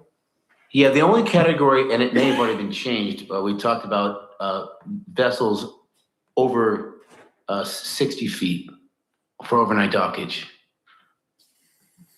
Winter dockage or regular? I see the categories are berthing overnight per foot, less than 40, 40 to 70, or Over over 70. 70. Yeah, it was just over 70. What is recommended? What's in front of you right now for the recommendation? 55. Oh, where do you see that? I see Over 8. 70 is 750 was Oh, 50. before, and then $8. Good. And the inner harbor float is 55 per night, Yeah. up to 60 feet. Oh, that's winter $8 a dockage. foot. So the Yeah. summer, Yes, so that's exactly, yeah, I wanted to change it to $8 a foot Yeah. for vessels over 70 feet. And that's what we have. So that's good, yeah, that's what I agree with that. That's only a 50-cent. 50 cent per foot increase. Is that what you were looking for? Yeah, Okay. I mean, I guess cumulatively, when you look at Okay. all of the, because there's been an increase in every single category in the harbor. And what do you find in terms of, like, is there demand? Is there more? How much do the fees impact demand for that category? Or where in the harbor are you seeing like a huge amount of demand? But well, the only thing that we've seen a major change in is dinghies. There's just, that's in the last 4 or 5 years has gone up quite a bit. We're actually, starting to run out of room. right, and that could be addressed potentially with more dinghy racks in Yes, places. and also, we're proposing to add an L on the end of Steamboat Landing, public launch ramp, to have more dinghies on one side. But we could make some decisions about adding capacity without having that rolled into the fee schedule. Is that accurate, or was this like the one chance to talk about? No, there's other Okay, all right, then I'll reserve my conversations comment. about that. I think the question was also like, is that 40 to 70 and the over 70, is that sort of where we want to be with market rate Right. to make sure that on those bigger boats, we're getting what we should without pushing us out of that? Exactly, yeah. I think that the only one I wanted to change was, well, I like it the way it is. Over 70, I like to move to $8 a foot. So just out of curiosity, like, is for the 40 to 70 category, how different are our fees than like some of the private, like Lyman Morris, for example? And do we have a wait list? Is there a lot of empty space, or is it the kind of thing where there's like always more demand? Well, for overnight dockage, especially for that back dock, obviously, when you get into after the first week of July all the way up to the last week of August, it's pretty packed. It's always the off season where it'd be nice if somehow we could lure the vessels to want to come in, because that's where I think we could stand to make some more money if we could. And over the years I've made, obviously friends with the captains and the owners and told them how welcome they are. So why are we not raising the fee if it's always packed in that period of time that you mentioned? Why are we not raising the fees? These are transient boats coming. They're not Camden residents that are just trying to make it with their little dinghy. These are, this is a service we're offering, and there's high demand. Why wouldn't we be trying to raise more revenue in that area? Well, for anything that's for starters under 40, we consider that the ma and pas. We don't want to make it so they don't want to come here or can't come here. A lot of the folks that are that size are coming in from Castine and semi-local areas that are cruising the coast. Anything over 70. If you wanted to raise that, we talked about 850. I guess I was a little intimidated to raise it that much, but I mean, that would be fine too. And the bigger boats, I put it this way, in the 25 years, I've never had a boat over 70 ask me, oh, how much is it? Because they don't care. So that's the one area where I think you could go up a little more. You go 850 and no one's going to bat an eye. Okay, well, that's fine. I'm just curious. I guess I don't share the feeling always like, oh, everybody with a boat under 40 feet or even 40 to 70 that's your ma and pa cruising the coast. It is a luxury not available to the vast majority of people. So Maine resident, or I'm just wondering why we do that a little bit. Well, and it's also keep in mind that the transient tie-up facility is fairly limited in what they get when they're tying up. There's no bathhouse, there's no laundry room, there's no, they're not getting Don't they get free? Do we even charge them for power? Do we meter that at all, or they just get to? The overnight dockage, they get charged for that extra. Yeah. We can meter that? Yeah, we just do a nightly charge. It's per night. I'd love to see sometime like the data behind all of this of what actually gets brought in. So yeah, so the data we have is either 30 amp, 50 amp, or 100 amp. So a lot of times when we do the bill, we'll say we put in the vessel name, vessel size, the length, and then what they use for power. I know. I guess what I'm saying is I'd love to see like what. Yeah, we have that. If we can put that together. How much money we made for overnight for the smaller boats, Allison, are going to use the 30 amp. Mid-size are 50, even big boats are 50. The real big ones that have like 4 jacuzzis, they need 100 amp. But even just like all of these categories, like how much actually gets brought in. I see what the fee is, but I don't know how much the town brings in under these different fee categories. Are you talking about specifically overnight dockage or for everything? I mean, everything to a certain degree would just be helpful to know. The harbor should, by and large, be a revenue generator for the town. And I'm just questioning how much of this we're doing just to try to make it affordable for all those people with, I don't know. I would like to see where the major revenue generating categories are here and where it doesn't really matter that much because we only do a little bit anyway. I assume we keep track of how much did we bring in for dinghy permits? How much do we bring in for, like, how much do we bring in every year for boats over 70 Yes. feet? Is that a big? That's all shown. Yes, that's in my yearly report every year. I have a lot of. Oh, can you Right, send me putting can we see last year's report? I'll You look it up. should- Is you that should- on the- Okay, that's, I didn't, sorry, I must have not read carefully enough. I can't wait to see the, Yeah, I don't know if Super it's detailed broken breakdown. down. I might not have it broken down for overnight dockage. I just put the overnight dockage. Here's what we have. I Okay. didn't break it down to how many 40 footers, how many 70 footers. It's just a bulk number for overnight dockage. But yeah, we have what we made in, what the outer harbor moorings brought in, what the inner harbor floats made, what the finger floats made, all that stuff. okay, great. All right, I'll do some reading and stop asking questions then. Other areas of concern or?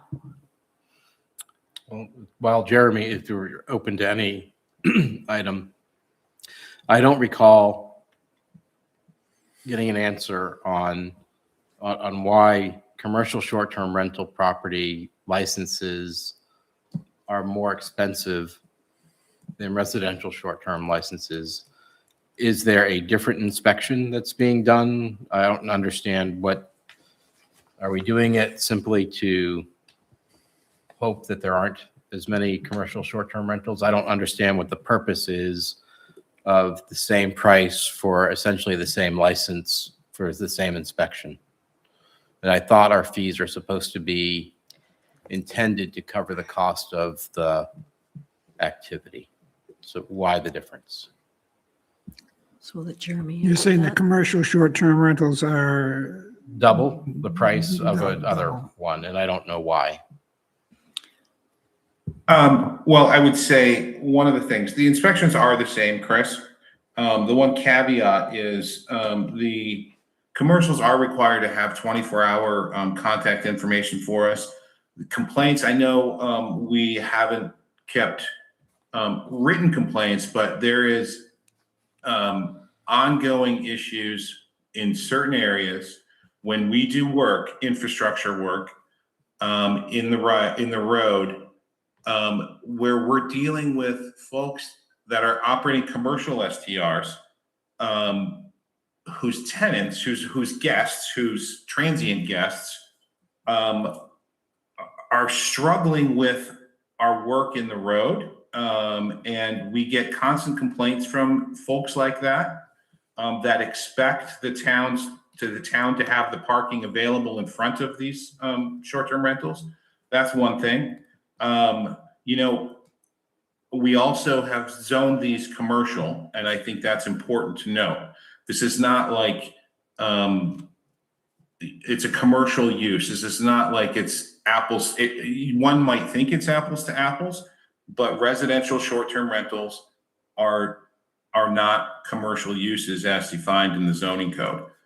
They are a separate, different use. It is a commercial use of that property. And there is evidence across the state that you can look, you can Google, you can do lots of searching on how towns are regulating short-term rentals. Some towns are doing them the same, whether it's owner occupied or non-owner occupied. Lots of towns are doing them different. Some fees are the same, some fees are different.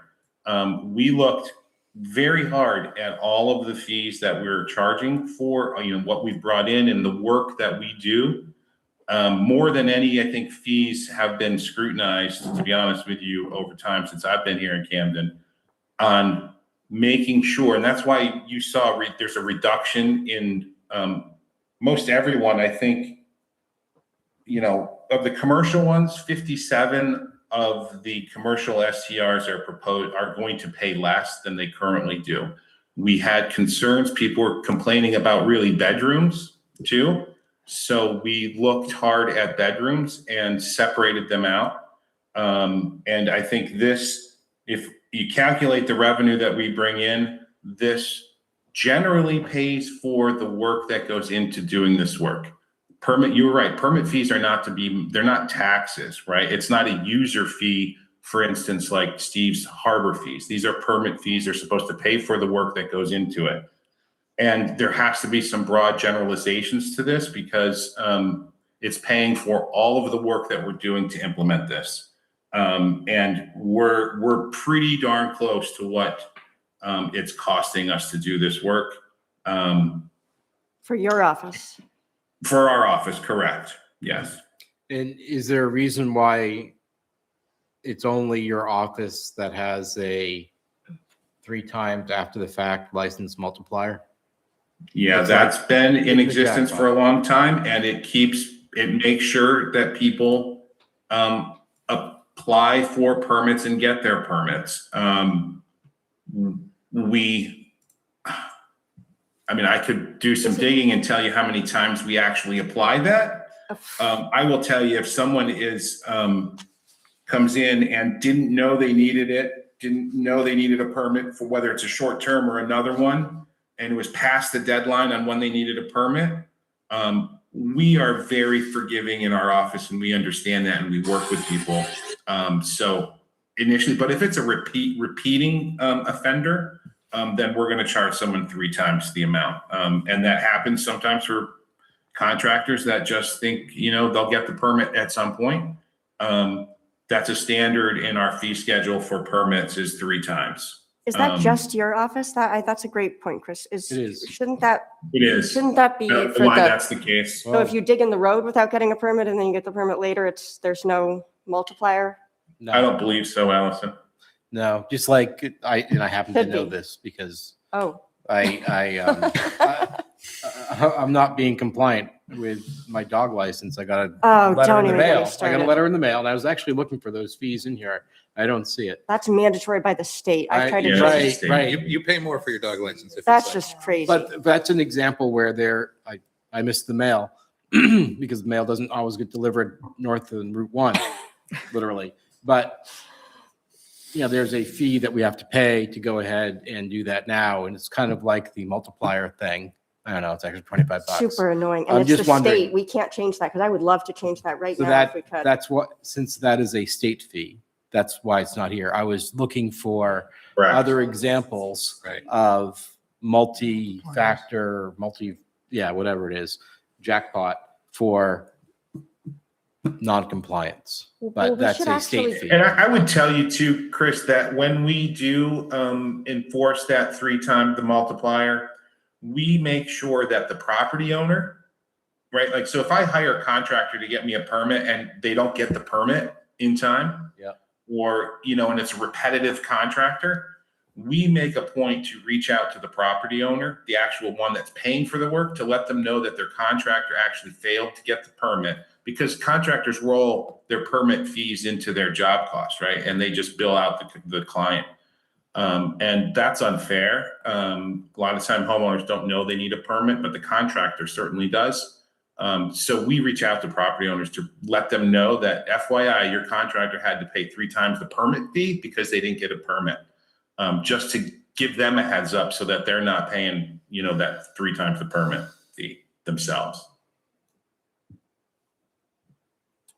I think we should probably add this multiplier. I didn't realize that there was no disincentive in any of our other fees for not getting permits. Maybe there's something. I think you could maybe make 3 times the multiplier across the whole fee schedule. I think Yeah. really it mostly only would apply to the public works and wastewater Mhm. work. Aside from codes and planning. Right, because the other ones just have like a ticket that if you don't get a dinghy permit, then you get ticketed, or theoretically should. Yeah, permits are different than They'll licenses. pull the dinghy or in that they'll- way. They could step up enforcement Mhm. significantly. That's probably. Yes, thanks. Jeremy, I just have some questions. I'm sorry I didn't go back and compare the last time we looked at the fee schedule and this time. So what changes in the SDR? Were there any fee? No changes. The only change was the adding of that 3 times in there. No change from what we discussed and you folks agreed to the last time we met. There was no changes in the short-term rental schedule from that meeting that you had. One thing that people had concerns with was the $100 fee for this additional $100 fee if they're on septic. And we have changed that this year to that only applies until they get the site evaluator to verify that the system is appropriate for the use. So a lot of people's that $100 fee will go away for those people on septic. We're giving them 3 years to get that to us. So I'm just looking at the seasonal short-term rental, which is a flat 500. Did I read that right? Yeah. So we have, I'm sorry, I'm taking a step backward here, but we have a graduated fee schedule with graduated categories of ownership and graduated bedrooms. Is there any advantage in simplifying that so we don't have 2 graduated programs going on simultaneously? Do you see what I mean? I don't think so. I think this is easy. It's an easy fee schedule. I think before there was too much, we heard from people that, a 1-bedroom was paying the same as a 5-bedroom home. And what it takes to do that, the inspection is different. So we heard that loud and clear. And so we are, that's why we adjusted the fees the way we did. And it based them on number of bedrooms. Do you have anybody who doesn't know what category they come in? I mean, do you have to spell that out for people when they come in? Yes. So the online portal will be tweaked from what it is currently because people are already applying. So we would apply these fees would go for next year's fees for people applying in January 1 of next year. Because we've already licensed, probably gotten permits to, I think, 70 or so this year already, if not more. I'm sorry, I lost my train of thought there, Ken. No, I follow. What I was asking was, is it clear to people who are applying whether they are seasonal, residential, or commercial? Oh, yeah. Yeah. And everyone right now is, for the most part, a renewal. And we know how many bedrooms they have, and that comes in on the system. And we know if they're commercial or residential or seasonal already, because they've been processed through the system. So it will be a renewal for them. Right. Yep. And Maddie in our office is fantastic, and she works so great with applicants, and but Deckard to make this a smooth process for people as much as possible. Any other discussion at this point? We ready to have a Okay. motion to? Or what, we've got Alex here too. Oh, sure. Yeah. Mhm.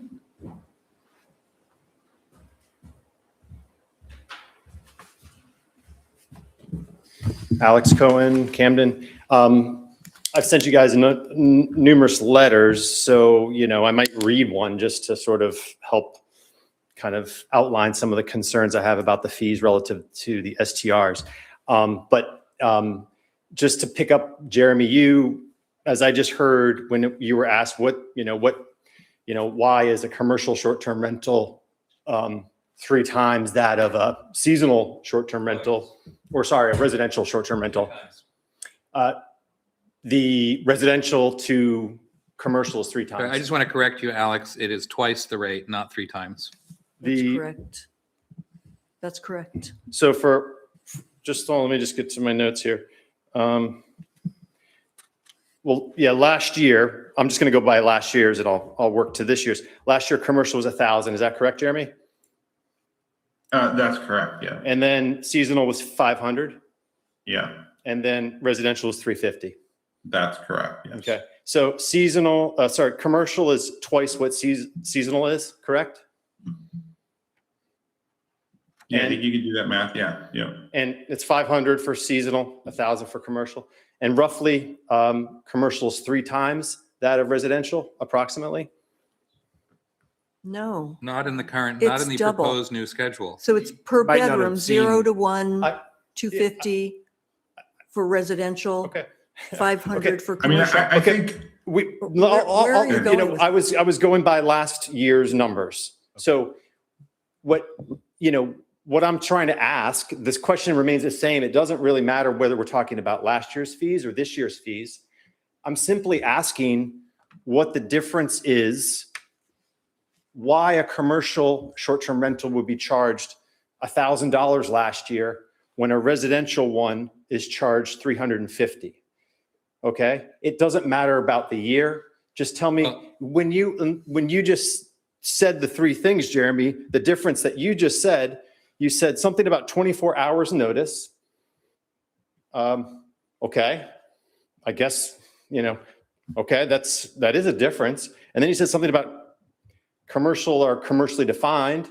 Okay, you know, you do have a definition. And then you said something about infrastructure complaints. So are you saying that commercial STRs should pay 3 times a residential STR because of those 3 Twice, factors? not 3. Well, I'm going from last year's. Well, why But don't we Alex, talk about what we're we are dealing with discussing right is now? proposed schedule. And Let's use You the actually numbers made that are some in front of us. changes. if you look at the proposed, no, Alex, Stop because throwing out It's okay. 3 Alex, times. what we're talking about is, can I finish? Because I think this might answer your question. What we are talking about is this year's proposed schedule fees, which does make some adjustments specifically to make it more fair for all the property owners, thus that's why we have the distinction of how many bedrooms to say that, yes, a 1-bedroom residential is not the same as a 6-bedroom commercial. So your numbers, so please stop saying that it's 3 times or 1,000, because if you're not looking at Alex, it doesn't help the conversation if you're Chris, not so- looking at what we're talking Chris, so about. I'm making my own point. It's not your point. I'm making my point.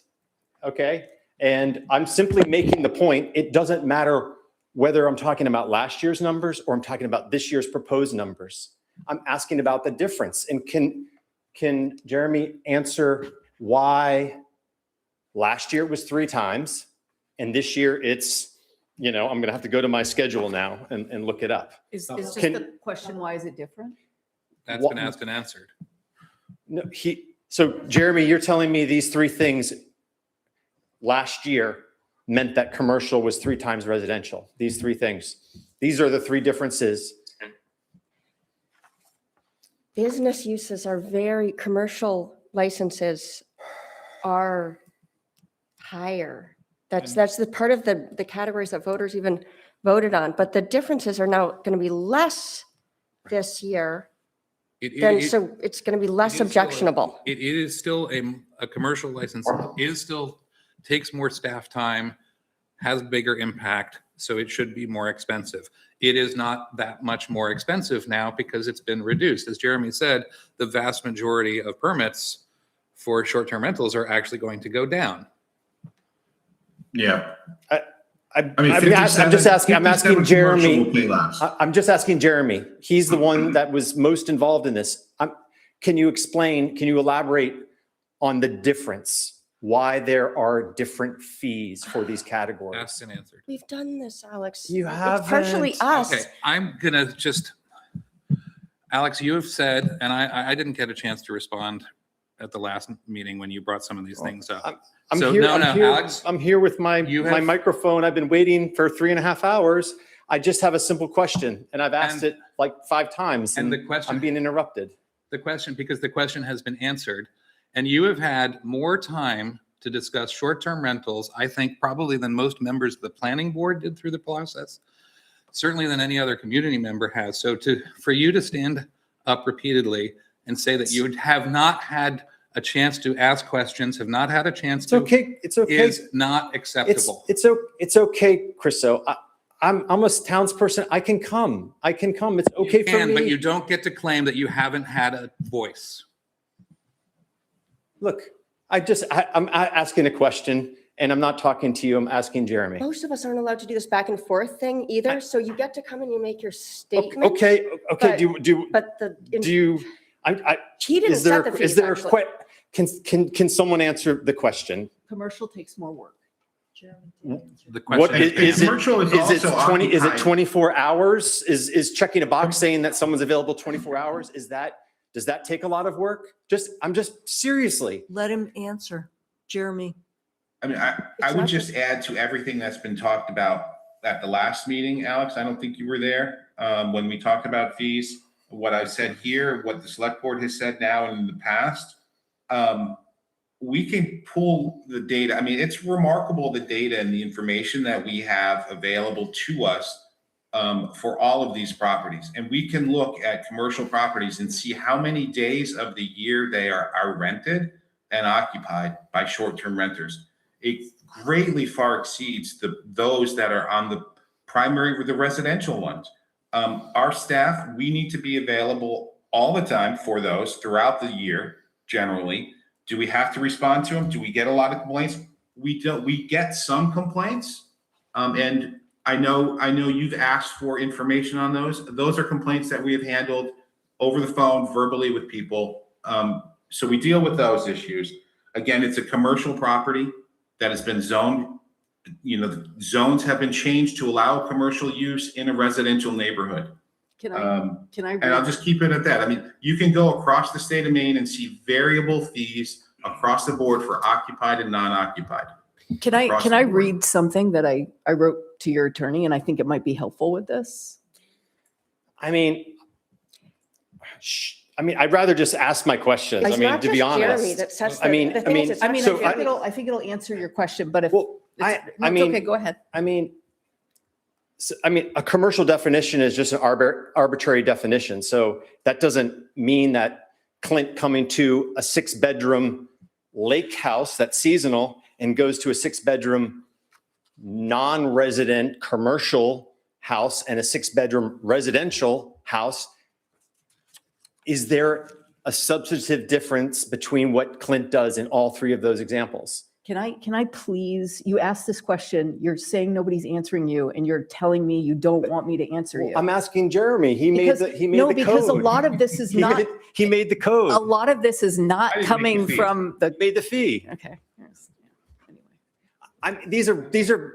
I'm trying, I think just that- as a- I as a think point of that order, Jeremy- The question has yeah. been asked, the question has been Has answered been answered. I repeatedly. think we need So to the- be If you don't satisfied like with the the answer. question, that's not an answer to the question has been answered. Okay, so the three things that Jeremy outlined are why in Correct. this coming budget, a seasonal 6-bedroom is $500 and a seasonal commercial is $1,500. I just looked at my notes. So that's 3 times, Chriso. So you could have a seasonal camp on McGonagall, 6 bedrooms. You could go Chestnut Street, 6 bedrooms, commercial, and you're going to pay 3 times as much. That's correct. You're reading it But- correctly. And so Properties the have a- different, so the reason why the Chestnut Street is because of a 24-hour something that wasn't really clear, and then a commercial definition, which arbitrarily the commercial definition is applied to the Chestnut Street house, and then something about infrastructure complaints.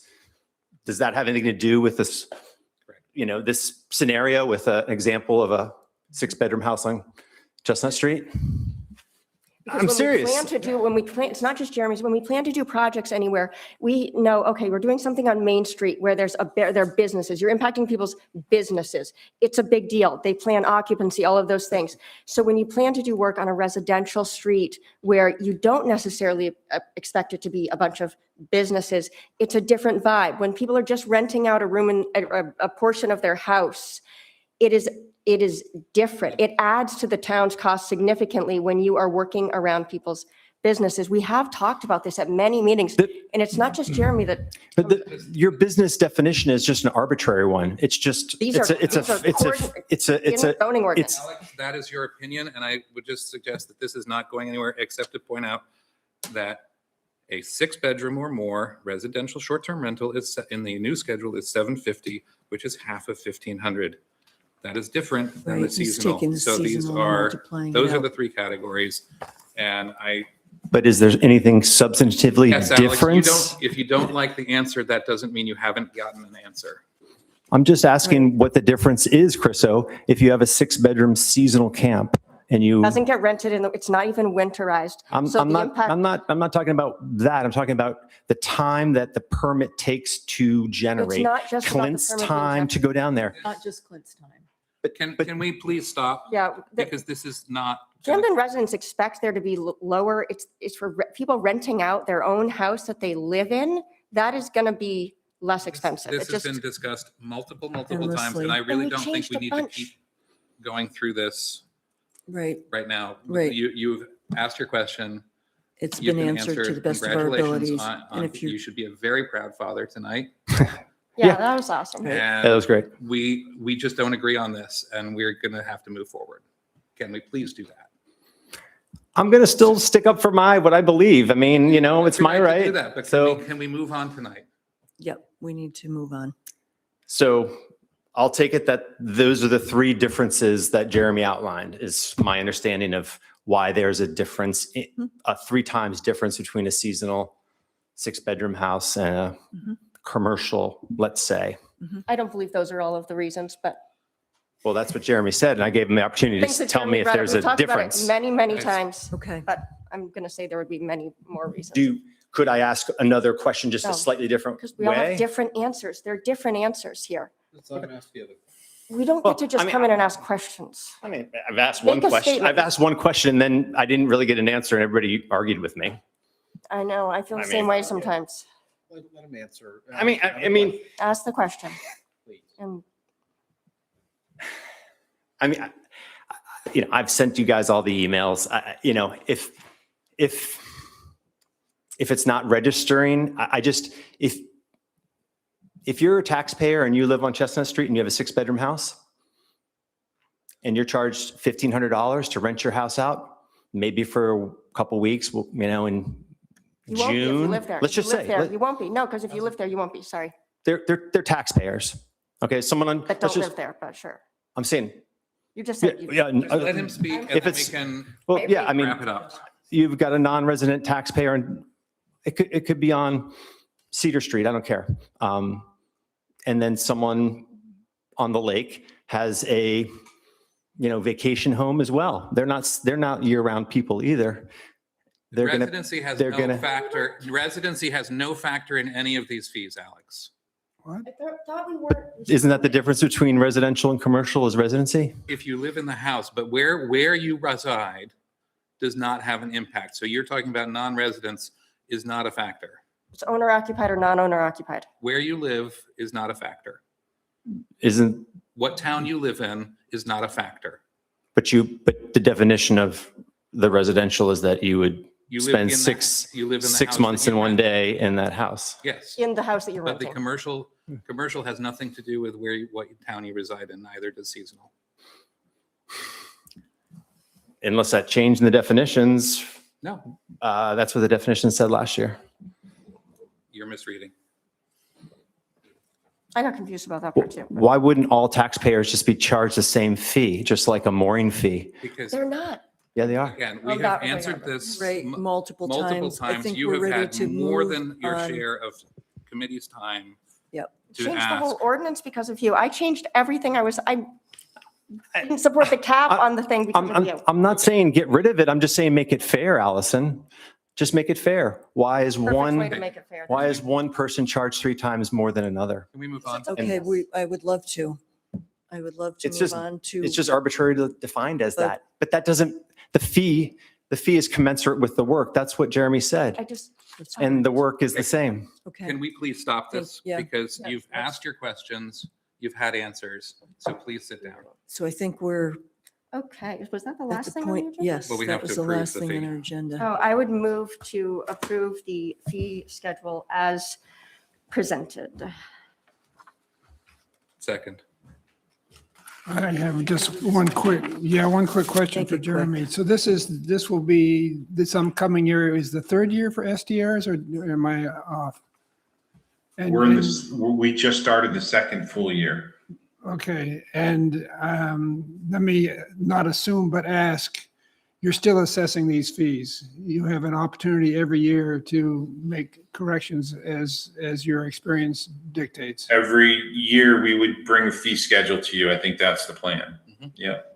We always bring a fee schedule back to the select board around this time of year. Right. Any further discussion? All those in favor? I think someone's hand is up on the screen. That might just be, is that That's Steve? the I old think it was chat. Steve. Yeah, that's just been there for a while. It's been there for what? 5-0. A motion to adjourn. Second. All those in favor? Thank you.